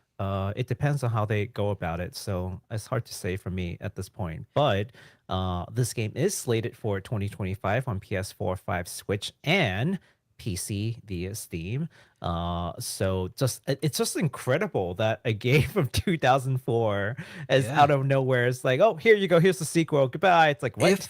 If this excites you guys, then it may interest you to know that this game was included in a little collection put out by NISA called Prinny Presents NIS Classics Volume 1, which included Phantom Brave and also Soul Nomad and the World Eaters. And Soul Nomad was also another really good tactical. and the digital version right now on Switch is $10 right now. Or you can get the physical. Get the physical. I mean, you could get the physical for sure. It might be a bit more expensive than $10, but Oh, $10 is $10 is a steal for two like pretty good games. yeah. So might be an option to get you caught up in case Lost Hero is in fact a direct sequel that requires some additional knowledge, some background. Yeah. You probably have a good year to catch up too. When they say 2025, it's like, Yeah, that's a big Give me window. Yeah, it's a big window. But hey, you've got some time to get back to it. This game will be available physically and digitally, so that's nice. Oh, actually, no, sorry, that's the next thing. But this will be available physically and digitally as well. Oh, So good. it's not wrong. Yes. Awesome. But yeah, I was moving down to the next story already, but Yeah. I do want to talk about the next one as well. I'm gonna steal it from Derek's real quick because fine. we're gonna throw him on to the one after that. But this is cool. Another surprise for the fans. Capcom announced that they will be releasing the Marvel vs. Capcom Fighting Collection Arcade Classics. That will include 7 games: X-Men: Children of the Atom, Marvel Superheroes, Marvel vs. Capcom, Marvel vs. Capcom 2, Marvel Superheroes vs. Street Fighter, X-Men versus Street Fighter. Lots of verses happening here, and also the Punisher out of nowhere. That's cool. So, you want to take a look at the trailer real quick and get people hyped up for this exciting package of games? I mean, sure. I don't know if you're gonna get people hyped up in this audience, but I think they would. I think they would be hyped. We have decently old folks who have played these in the arcade, and they're what? Okay, you're gonna call me old twice in one show, man. I guess that makes you older too, but still. It's true. Yes, I'm just accepting the oldness. Just embracing the old. Okay. Listen, in the spectrum of gamers, in the total demographic of gamers, we're fairly old, I think. Now, the question I think a lot of the people are gonna have is how accurately is this going to reproduce Marvel vs. Capcom 2? Because that's like a big fighter that a lot of people have been playing on like Dreamcast for a while because of its accuracy to the arcade port. And as a result, like that game is expansive.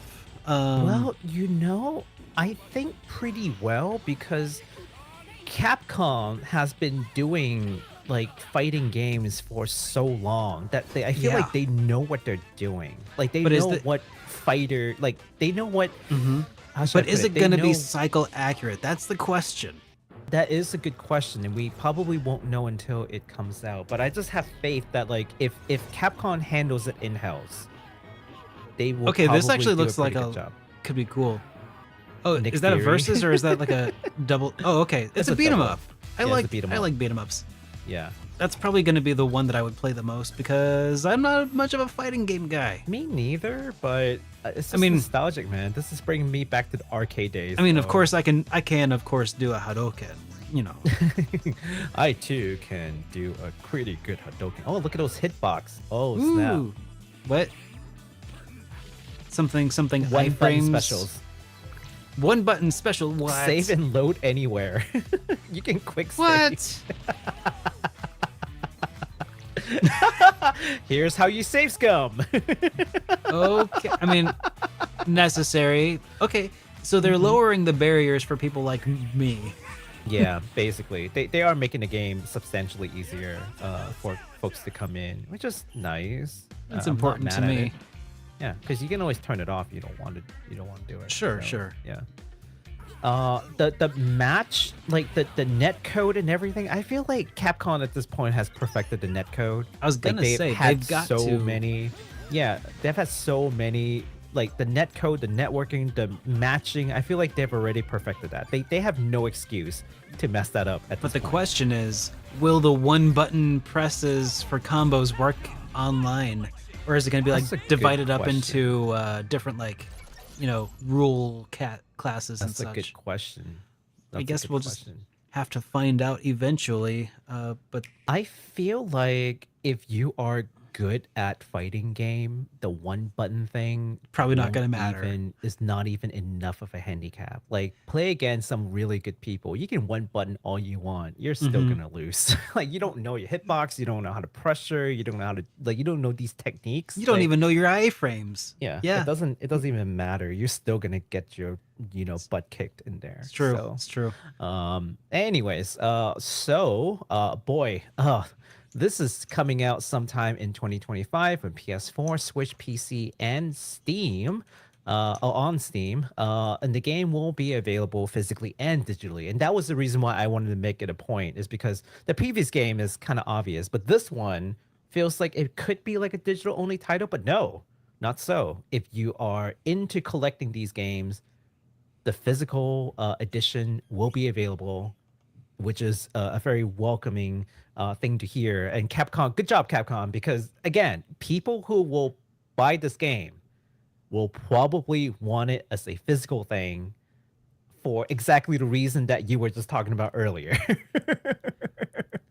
Like having a definitive physical thing that you can just keep with you, and you can play for years and years to come, just like the Dreamcast version. But now you have like a definitive thing for like the more modern console, which is fantastic.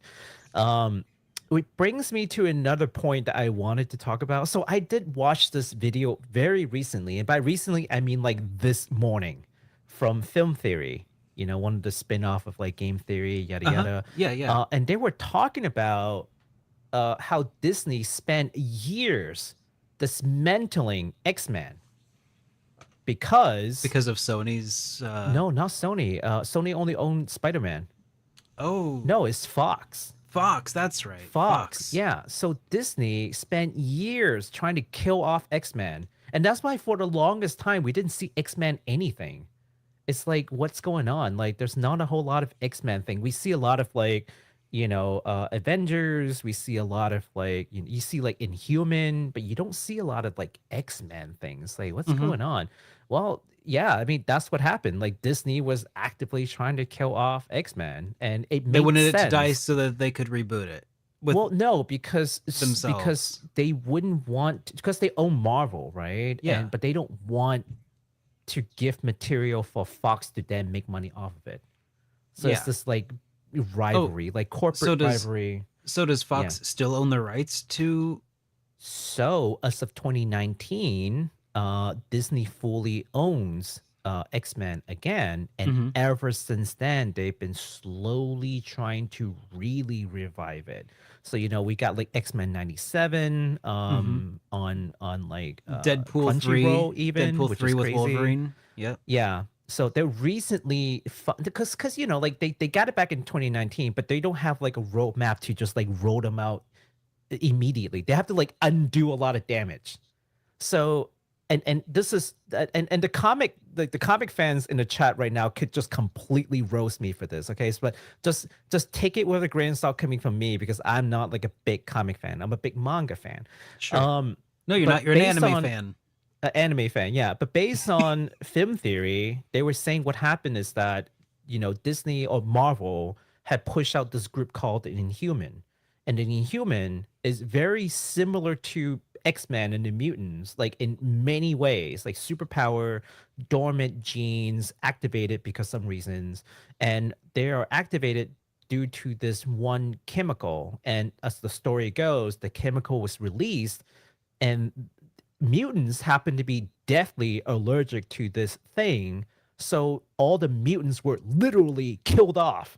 And the humans were activated. So if that's not the biggest, like, let's kill off all the mutants thing you can do, I don't know what is, right? Yeah. So they had Inhuman kind of replacing, you know, X-Men and all the mutants in the, you know, in the chronology. And again, if there are any comic buffs in there who are about to roast me, I'm telling you, I'm just getting this as secondhand information, so take it with a grain of salt. But if that is true, then this kind of explains why we're going to see more X-Men properties now, because Disney's like, let's backtrack. Now that we own everything, let's bring it back. Let's bring it. Forget about like X-Men. No, that's still good. Yeah. So, and this kind of ties into why it took so long to work out all the copyrights and all this. Why did it take so long for Capcom to release something like this? Because now they only have to deal with Disney. Yeah. Okay. That makes sense. All right. Pretty accurate so far. Hey, I did it. Hey. I talked about something I barely know. Good going, Baku. Yay. You did it. I did it. Believe it. So, next up, I wanted to talk about this next one, guys. That there was another game that was announced at the Nintendo Direct that finally seeks to answer the age-old question. Baku already knows. What if Zelda was a girl? Let's find out if we watch this trailer. Oh my god. Man, I made that joke like 5 years ago when I reviewed Blossom Tales, and the number of people who didn't know that that's a meme, like, would just show up and be like, what a fake gamer doesn't know that Zelda's actually a girl. Like, Yeah, no, it's a meme, guys. It's a meme. It's the I know. whole. They It's should have just- called. Everyone's like, they should have called this game The Legend of Link. they should have. They should have called this game The Legend of Link, and you play as Zelda. Oh man. So But, yeah. I mean, have you seen all the memes popping up on Twitter over this game? It's No. freaking hilarious. Go to Twitter, and like half the memes I see are they're just memeing this game so hard. Why? It's all the furniture. It's Zelda throwing rocks at people. It's it's a lot of things. Here, watch the trailer first, and then it'll make yeah. sense. I mean, Yeah. I've seen the trailer before, but Oh no, I mean like for some other folks too. Oh, in okay. case they haven't seen it, we'll talk more about that it. makes sense. Here, we'll skip ahead a little bit. Do you want to? Yeah, yeah. Don't care about you, Aonuma.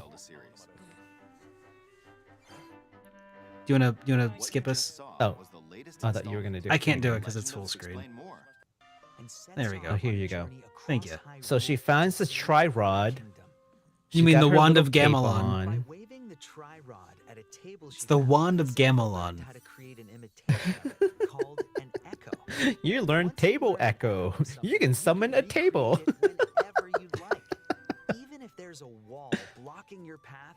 I mean, I think that's pretty cool. I mean, it's obviously No, going to it's- be used it's- for a lot of. It's freaking hilarious, and the memes are even funnier. It's not like a insulting kind of meme. I feel like they're just kind of laughing with them. Okay. You know what I mean? I got Yeah. How you use them separately or Like they together know is how entirely like up to you. ridiculous this is, but they're leaning in on it, and I love that. You find while exploring Hyrule. Just summon different furnitures. It is So, yeah, kind of funny though that you are just summoning furniture. I swear, Yeah, if Amy could do that, she would. this is the rock throwing meme where like people just keep drawing Zelda throwing rocks at enemies. Like super muscular Zelda throwing rocks at people. I've been hearing from people that they want Zelda to have a sword. I don't know. I'm cool with Zelda having like her own thing. Nah, I'm cool with Zelda having her own thing too. Like, I mean, sword and shield is so Link, you know? Give her something unique. Yeah, I don't want something fun. And if you're gonna make a game about Zelda, it should be different. But I do also want to say, of Link, guys, please. it would have been nice, and maybe there will be. I want to see Sheik. I want to see Sheik. Oh, just like her being able to. Well, I mean, if you see, I mean, if they go by like, what is it, like Smash kind of abilities for her, then she wouldn't be using a sword anyway. I mean, she can use magic. That's like her whole thing. Yeah. So that looked like she can transform between like a physical attacker and a. That looked like Donkey Kong Jr. there cool. for a sec. So okay, so there's this one game called oh, I forgot. It's called oh, it's like a Metroidvania game where like you switch off between two sisters, and like one of the sisters is like a long range attacker, and then the other sister is a short range attacker. Sounds familiar, yeah. Yeah, so you can switch between two. I mean, if you had a game like that with Zelda, where she can switch between like her magic form and she can use like magic long range, and then like a closed range form where she attacks like, you know, via like the sheik form, then like that's pretty cool. Like she can have her own Metroidvania game. Like I could totally see playing that, you know? Oh man. Honestly, like I said it during JRPG Weekly Update, but my dream Zelda game featuring Zelda would just be an alternate path through Ocarina of Time where you play as Zelda, you know, shortly after, like maybe you have this journey that starts shortly after you send Link off on his quest, and then you got to escape, and then you got to learn how to be, you know, what do they call them? They're not all just called Sheik, but there was Impa. They were part of whatever clan. But yeah, it'd be cool to like go through that and then actually play the opposite side of Ocarina of Time, where you like that would be cool. Play as Sheik and like go and try to like help Link out from behind the scenes and like meet up with him in specific, you know, times. I love those stories. I love like this the other side, the things that you don't see, and then you see little nods to the main story. You're like, oh, so that's what happened. Yeah, I like love those. especially if you can do it without retconning anything. Like if you can figure out a way that like maybe even explain some things that are weird and didn't really make a lot of sense to Link's perspective, but like it's because Sheik was doing stuff in the background. That'd be so cool. I would love to see Japan is notorious for doing that too. Like, and they not need notorious, but you know, like it's their thing. It's their jam. That's what they do. Like Holics and Tsubasa Chronicle. It's the same thing. It's like it's two parallel story, and in order for the entire thing to make sense, you have to read both manga, and they're both by Clamp. Right. So it's kind of like that where you see like behind the scene, like on the one storyline, you see behind the scene of something that wouldn't make sense from if you just read the other one only, and vice versa. That was like a pretty cool project that they had in like the 2000s, which I still absolutely adore. So yeah, oh no, I'm with you. If they did that, I'm so in. All right. Well, anyways, that's not what this is. This is something that's definitely all its own, and it's coming out this year on September 26th, only on the Nintendo Switch. Which I don't know about you. It shocks me that Nintendo has not gone multi-platform with the Zelda series at this point.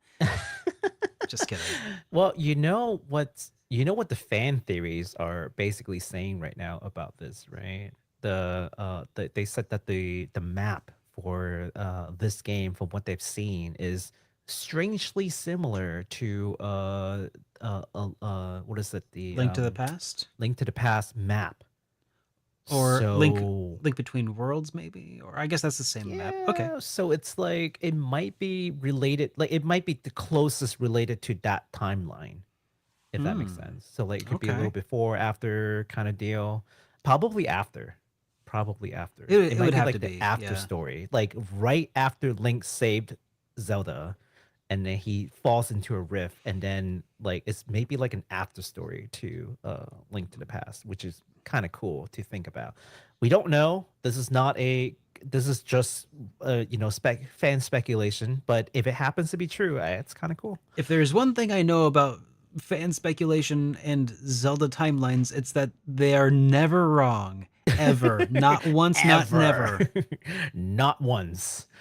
All right. Speaking of timelines, I'm just kidding. I have no segue into this. Capcom just gave us another surprise in the direct because if the Marvel vs. Street Fighter stuff wasn't enough, they are hitting a different kind of nostalgia, this time through Ace Attorney. They have announced that they will be releasing the Ace Attorney Investigations Collection. That's going to feature 2 separate series spin-off. Ace Attorney Investigation Miles Edgeworth and Ace Attorney Investigations 2 Prosecutor's Gambit, which they were both originally released on the DS. And as the name imply, rather than Phoenix Wright, you will be playing as Miles Edgeworth, which is sort of like the series like rival to Phoenix Wright. But yeah, so you'll be playing as like the rival character, which is pretty cool. Okay, you want to check this out? Yeah, let's check it out. Yeah, and Capcom, I feel like Capcom is like pretty known to do this, where like, you have Mega Man and then they'll release a game based on like Zero.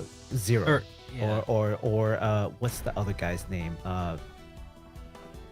Base? Is it Base? Is Mega Man is Base, right? Maybe, I don't know. The black one from You're like, asking me the wrong question. Yeah, no, it's from the not the X series. Zero's from the X series. I mean like the regular one. I have no idea. Mega Man. Yeah, and I feel like they're pretty good about like releasing these side stories based on like someone says it's the Bass. antagonist. It is Bass. It's Bass. Bass. I think it. Yeah. I'm joking. It's probably Bass. It's probably Bass. Yeah, because Mega Man's name in Japanese is it's Rockman. And guess what's his like little sidekick is Roll, so it's rock and roll, and then there's Bass. Yes, or it's Bass for Lance Bass. Forte. Yeah. Okay, but for real, this game. Yeah, I mean this is completely different. This is just like super awesome for all the Ace Attorney fans out there. You're finally getting all the games. Mm-hmm. My question though is, will this feature Larry Butts? Possibly. I don't know. I haven't played. I mean, I wouldn't be surprised if they make like a little cameo. I'm just saying he is the most important character in the series. So this game is going to feature more point and clicks, and more importantly, the second game actually never got released in the West, I think. So this is actually the first time the second game is even available at all in the West. Said not so fast. I was about to switch away. Not so fast. No, it's just a bonus. Okay. Pre-order bonus, yada yada. Yeah, so this is coming out on September 6th. On PS4, Switch, and PC. I bet you a lot of people are going to get this on the Switch. It just feels like a pretty good game to play on the Switch. And also the Steam Deck. Yeah, the game will be available again, both physically and digitally. Something that, the diehard fans is going to probably want a physical edition. So just know that. Be on the lookout for it. All right. Well, this next one here comes to us from Tukyo Games. The developer behind the recent sleeper hit Master Detective Archives is partnering with Aniplex to bring us another title geared towards the Danganronpa fans called The 100 Line Last Defense Academy. And this time with some tactical RPG gameplay. Yes. And I believe that it actually has I believe it actually has one of the developers, the main dude behind Danganronpa at the helm, if I'm not mistaken. It does. So for folks who may not have kept up with, and I certainly haven't, so this is fairly new to me. Tukyo Games is actually started by the creators of Danganronpa and Zero Escape series. Oh, They kind of okay. left Spike Chunsoft and they started their own thing. So this is not like a imitation. Oh, they are trying to copy Danganronpa. It's like no. The people who made Danganronpa and Zero Escape started their own studio called 2Kyo, and this is Okay. by 2Kyo. 2Kyo, by the way, is a play on word on Tokyo, Uh-huh. and Kyo also means like bad or like mean. So like it's like, yes, this is really mean. Oh, like, they're too bad. TOO. I yeah, noticed. like they're bad. You know, like kind of deal. I don't know. They're trying to be cool. They're Just too let bad. the nerds be cool. They're so chuny. Yeah, Kyo is like mean and like, you know, it's hard to explain. It's hard to explain. Abrasive.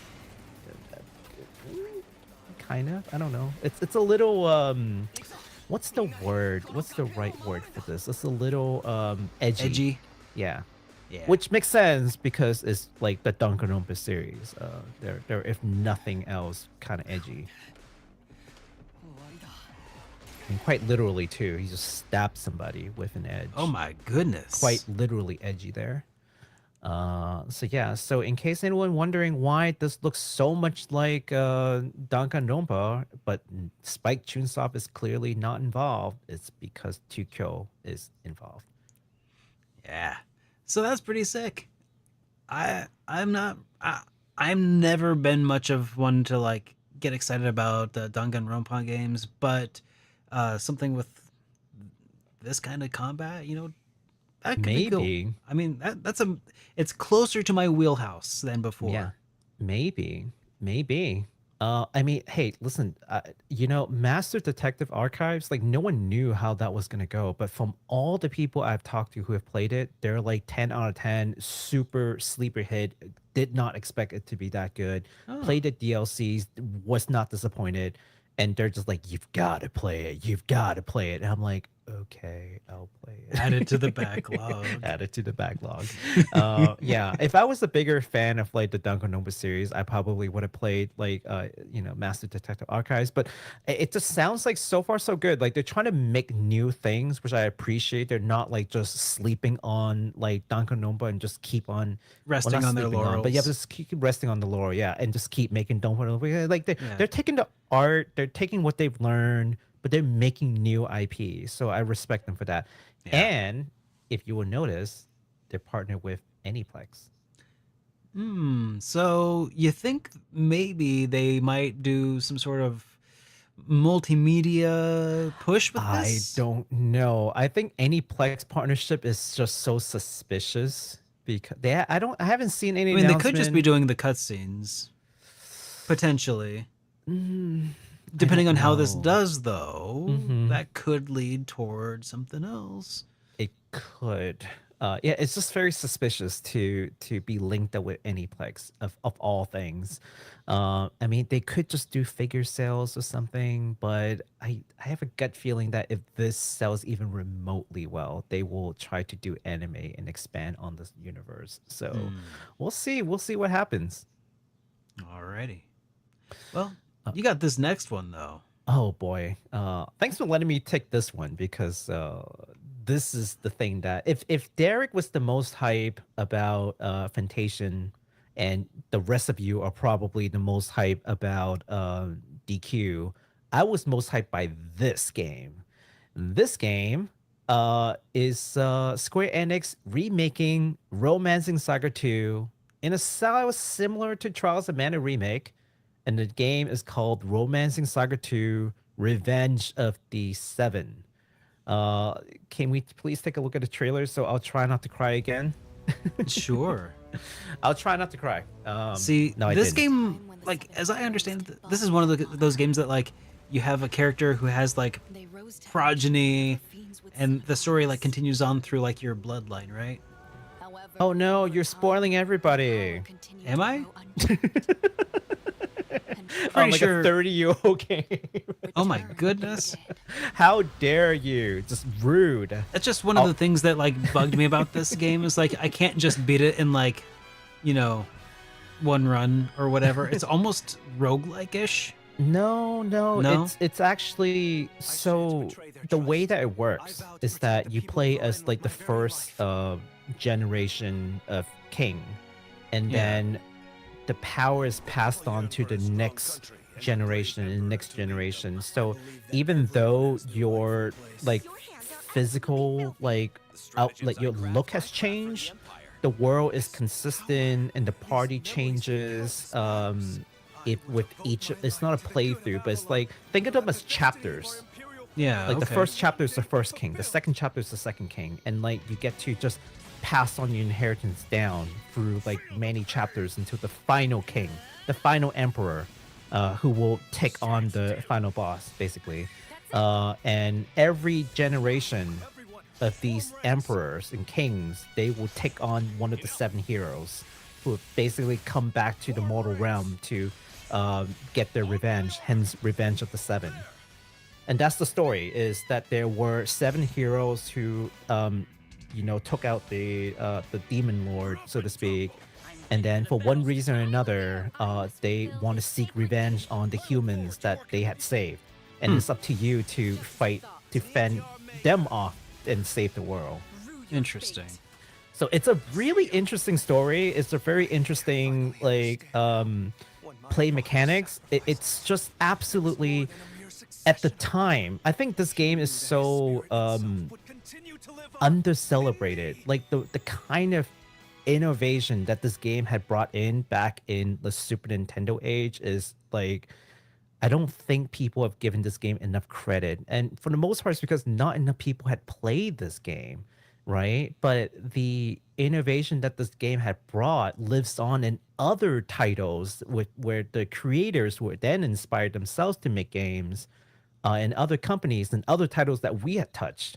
So you might not know it, but the RPG that you know and love, a lot of those things actually came from Romancing Saga, and especially this title, which has been for the longest time under celebrated. I mean, yes, they released a version to the West via like the remake, oh not the remake, the remaster, and people have played it. But by the time that people play it in the West, like when it's widely available, anyways, like it's very like dated. Yeah. And it's this game is really hard. It's not for the faint of heart. It's kind of like an SMT game. Like you will Really? get SMT'd in this game. And there are permadeaths. I was gonna say that's another thing that I think I heard about this. And like, Yes. does the permadeath result in like the story being moved onto your progeny at that point? Yes. Yeah. So it's like that's one of those things that's like, I don't know. That sounds rough. That Not sounds like only not. can you permadie, your party members can permadie. Everyone permadies in this game. Yeah. So yeah, there's this thing called LP, life point, and you can, I don't think, at least not easily replenishable. So if you run out of life point in a battle or in a dungeon, that's it. That character is gone. Like there's nothing you can do. Romance in Saga 3 is a way more forgiving because you can go to the inn and replenish your LP like fairly easily. Like I wonder in if they Romance Saga will. 2. Yeah. I wonder if they will implement something like that in this remake. Yeah, I don't know if they're gonna make it easier or whatnot, but from what I've seen in the trailer, I feel like they've taken what they've learned from like Emerald Saga and they've implemented some enhancement to the battle mechanics that makes it feel fresh, while retaining a lot of the things that made it Romance Saga 2, like the glimmering and all that. And like, no offense to like Emerald Saga, I hated that aesthetics. I hated the still picture of like, the weird visual novel thing. Like I hated that. But this is like actual 3D like animated. It looks like they're doing some scenes. really good work with this. It looks beautiful, and I've just been on the edge. Like, am I excited about this? Does this look like the kind of game that I wouldn't like because of the permadeath? Like, I don't know. I'm just think- gonna need to wait on the sidelines and see what it comes to, I guess, in the end. I think it's a worthwhile play for you, especially because you like dabbling into like the retro game. This could be a good way to experiencing without going full in with like the old like 2D version. Yeah. So Yeah. if nothing else, just experience the game and just be like, okay, so this was a game that was made in the 90s. Yeah, you're Yeah, probably I think right. it's worthwhile. Cool. And speaking of being worthwhile, you can also play this game in October 24th of this year, releasing on PS4, 5, Switch, and PC via Steam. And the pre-order is up right now if you want to pick it up. I am so excited for this. I am absolutely going to day one this game, no questions. And I'll tell you what else I'm excited about with this game. Because they're willing to do this, and if this is part of Square Enix's new strategy, because we talked about Square Enix's new strategy, Quite a this bit, is one of the yeah. game that made the cut. Oh yeah. So I would assume that this is part of their new strategy, because otherwise they would have canceled this. Or it might have been too far along. I mean, if they're willing to take $140 million loss, I don't think I think they were committed. Like, if you don't fit with this framework, you are cut, is what That's I true. think. So I could assume. I mean, you could be right. It could be just too far along and they just couldn't cancel it. But presuming that they were like actually had the resolve to like really stick to this new plan and this passes, then that also means that if this sells well, I can see Romancing Saga 3 being done in this style. And it happens to be my favorite Saga game of all time. So I'm just like finger crossed, like please sell well and also do RS3. Thank you. I was Exactly in gonna this say, style. Just change nothing. Just do this style RS3, please, Square Enix. yeah, Love I you think, forever. you know, we do also, we talk about Square Enix just about as often as we talk about Breath of Fire 3. And I think that you're right. What we can say so far from this Nintendo Direct is that Square Enix had a good showing at this yeah. Nintendo Direct. Pretty And strong showing. you know, and that includes the Fantasian remake. So Yeah. or I mean, so far, nothing remaster. disappointing coming up. I mean, Vision of Mana, Fantasian, no Romancing live Saga service 2. games or anything. So No, it's maybe those are what got canceled. Let's hope. I mean, That'd be all nice. three of these games. Well, you know what got canceled? NFT. Oh, You haven't heard? Oh, I'm starting to like hurt a couple of NFT bros in here right now who are like, "Oh, come on, man, don't kick the NFT while it's down. You don't know."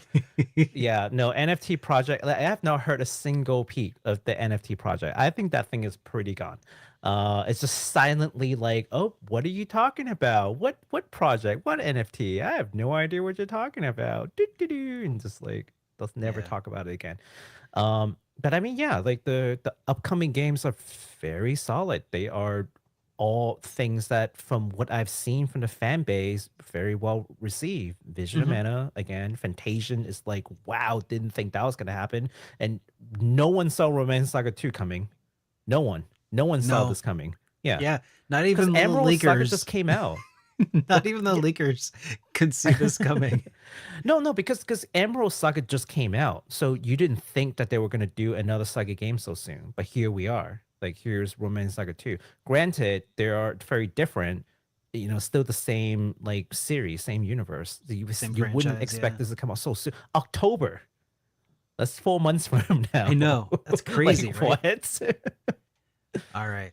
Well, let's go ahead and move on to this next and final game that was announced. And this was not actually part of the Nintendo Direct. This game that you might not have heard about. It's a game that we did briefly talk about in the past when it was still called Rear Sakai. This new title is actually going to be called Elrentaros Wanderings. And it's if you're a fan of games like Rune Factory, where it's kind of got some like I don't know what all's involved, but it looks like a pretty cool looking cute action RPG. Mhm. I don't know.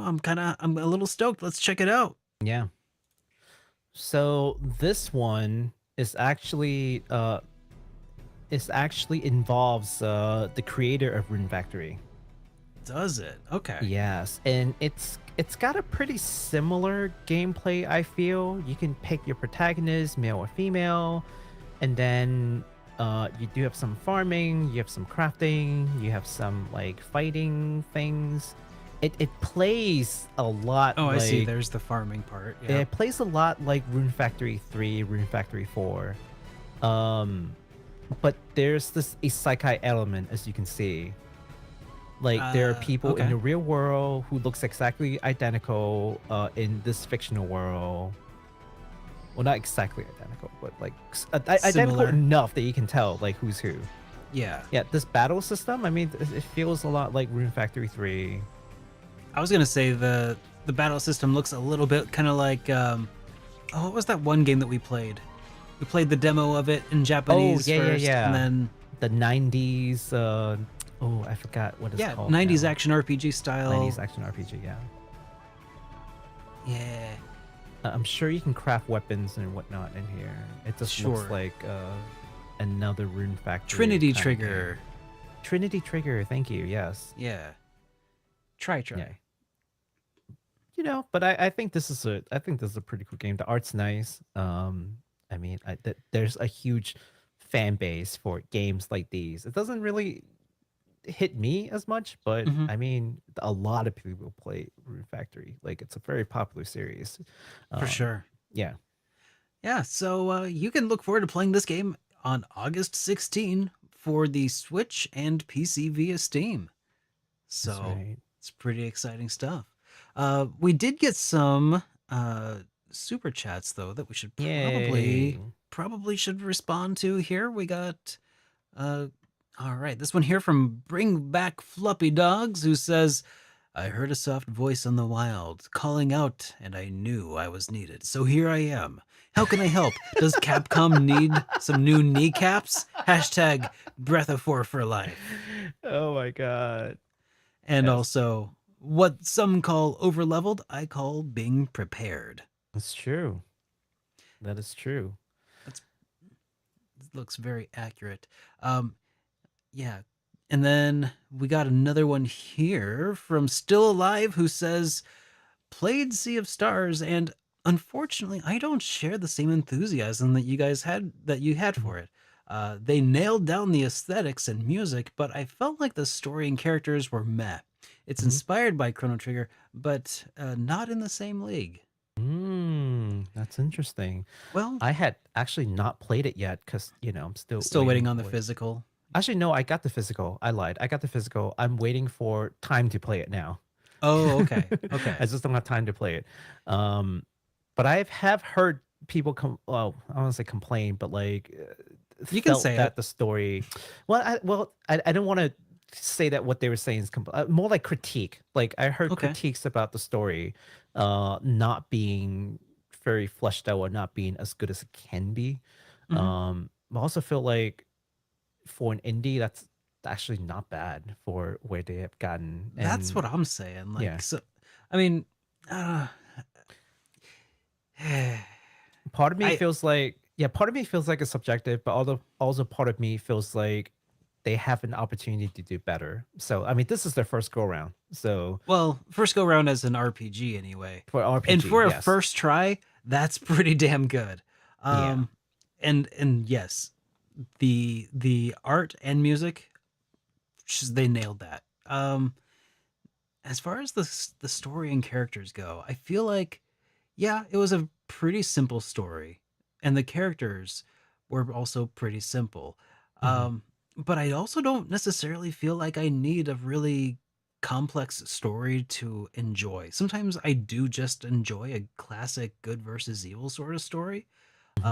And that did feel kind of like what this was. There were some loose ends that I'm kind of curious about, like Rashan, and perhaps some DLC at some point will flesh them out a bit more. I would like to think so anyway. But Yeah. but all in all, like, I feel like a lot of the classics that I grew up enjoying, like Grandia, for instance, Justin wasn't exactly a well-rounded character, with traits and flaws and hopes and dreams. I mean, well, he had hopes and dreams, but very few flaws. And I don't know if I used that as my measuring stick, because I definitely loved Grandia. Like Mhm. if I use that as my measuring stick, it's hard to fault the game that, I don't know. I Mhm. just like it. Yeah, and also, I mean, two more things. First of all, still alive. Definitely don't think that you are wrong here. Like I said, I've definitely heard that critique before, so it's not like this is a hot take. But also, when you say that it's not on the same league as Chrono Trigger, honestly, not many things are. Oh no. Like this is literally the best. Like still to this day, the best RPG on many people's list, mine included. So Yeah. no, like not many games are even on the same league as Chrono Trigger. Period. Oh yeah. Like never Not mind ex- this one. not You know. not exactly a fair measuring stick. Yeah. Yeah, kind of a high bar. But but if you compare that game to like the grand scheme of like the RPGs out there, like on an aggregate, it's a good one still. So I guess there's that. Yeah, I think that the issue is that a lot of people were drawing a lot of comparisons to Chrono Trigger. I tried not to during my review of it, Mhm. because it wasn't just a Chrono Trigger like style game. Although there were some aspects that they Mhm. did a very good job of representing, but like it Mhm. was also inspired by Super Mario RPG, and Mhm. it's a lot of the way that the active battle existed within the game, like where you have to time button presses, for instance, as a source of inspiration. So yeah, and I think Golden Sun, and also like the traversal, that was also another really big selling point for me. It felt really good to just traverse within the game. Mhm. I don't know, it's not just Chrono Trigger 2 though, obviously. So I don't know. Can I be honest Yeah, with you right now? sure. I completely forgot that I got the game. It's added it to my back. I just added it to the case and completely forgot about it. If if Still Alive didn't talk about it right now, I would have completely forgot about Sea of Stars. You should play it, man. Or I are you gonna wait for the should. DLC to come out and then Well, the maybe? DLC is like a co-op thing, so I haven't heard any like story content DLC. Okay. So maybe not. Like I don't. There's no reason for me to wait for it. You know what I am waiting for the DLC to play though? Aiden Chronicles, because it's Ooh. actual story DLC. So Okay. I would wait for that. Like it's like 3 waves of DLC, I think, and don't take my words for it because I can't remember. But I think the last DLC comes out around like December, so I might just play towards the end of the year when all the DLC comes out. Yeah, don't yeah, just go look it up if you are truly curious when the DLCs will come out. But I just vaguely remember that it's like towards the end of the year, like December time. So when I come back from Asia, I will be playing that. Yeah, I'm going to Oh, Asia for like 3 weeks in December. It's gonna be awesome. awesome. Well, I hope you Yeah, enjoy it, man. yeah, Um, man. Now we also got another one here from Fluppy who says Fantasian physicals are up for pre-order on PlayAsia. Oh, Now that doesn't always necessarily mean that it's going to exist, though. they can just cancel on you. Yeah, I think they've done this before where they've taken pre-orders for stuff that never got a physical release. I don't remember specific instances off the top of my head, but I remember at one point I was like, "Oh yeah, we should talk about this. It's got pre-ordered up on PlayAsia," and then like we didn't because it's a hit and miss kind of history with that. So Let me look. Let me look. if they have like key art and stuff for it, then maybe. But Let if me it's like, look at this.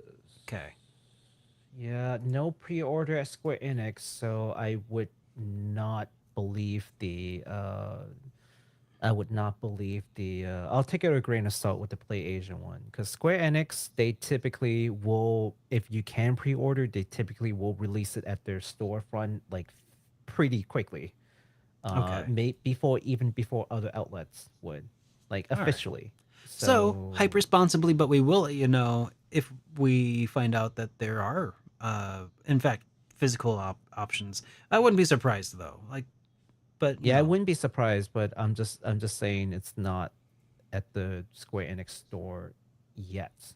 I see Romancing Saga 2, I see DQ 3, I see Vision of Mana, but those are it. Those are the 3 latest pre-order, other than Dawn Trail, which is FF14. Jeez. So yeah, So as soon as that becomes available, we will let everyone know. I just read this from Eagle Knight, who says, supporting the show tonight with my own personal news. I finally beat Cold Steel 4, 162 hours plus in your first run. Oh boy, that's I feel that, man. yikes. Ooh, hundreds. Ugh. Dude, God. I think I put an equal amount of time into that. It was, I mean, you got to do everything. If you're playing all 4 of them, you got to do it all, right? But I feel for you. I don't think I'm going to touch Cold Steel. I think it is not feasible. You might be able touch to Cold skip it and go to Trails Through Daybreak. Maybe. I may do that. Or maybe I'll just play. Maybe I'll just play Reverie and just like ignore CS4. No. Like No. even. I mean, No? Reverie is the ending of Cold Steel 4. Basically CS5. Yeah, and I think it's also got Lloyd and the crew from Trails from Zero and Trails to Azure. Right. So I would play Crossbell and then just play Reverie. Okay, you might be able to. I don't know. No. I don't know. I'm being shamed right now by chat. But I mean, just be forewarned. Falcom fans will come for you if you do skip any of them. I always use East as my shield. Whenever Falcon fans come at me, I'm like, East, and then they're like, oh. They have to put the pitchforks away, like begrudgingly, because I have the East shield. And then if that doesn't work, I show them my like original East 1 and 2 copy and be like, bam, way before you were a Falcon fan. And they're like, put the pitchforks away. Now that I've thrown my secret out there. It's your gamer I can't card. tell you how many times that has worked. And people are shaming me like, oh, how could you not play the Trails game? They're so good. Oh, it's because I haven't finished my East games. And they're like, okay, fine. Understandable. Yeah. Well, all right. That's fun, but that's a whole barrel of monkeys and cans of worms to talk about some other day. So 600 hours probably, if you want to go through like Crow Steel and Reverie, is like probably close to 600 hours. but you're being conservative. Yeah, being conservative. Yeah, I game maybe 4 hours a day. So you do the math of how many days it would take if I game every single day. You know what? Cold Steel is basically what's that anime? Cold Steel is basically One Piece. at Yeah. this point. I mean, all of Trails is basically One Trails Piece. is One Piece. Yeah. I mean, you're not wrong. All right, guys. But I think that about does it for tonight's show. I hope you enjoyed it. If you did, if you could drop us a like on whatever podcasting platform of choice you happen to enjoy, we'd really appreciate it. Until then, guys, again, we will not be here next week, most likely, unless we do something weird, streaming from a bar in Pennsylvania. But I doubt that. Yeah. So I don't know. We'll see. We'll see. We'll see. So I do want to say 2 things before we sign off today. First is I was reading chat like every now and then. I saw a lot of people saying, "Hey, love the show today, love the podcast. Thank you so much for your support." I mean, I just saw like random like chatter that came in. So I couldn't catch the name, but I'll go back and look at it later. But thank you so much for the kind words.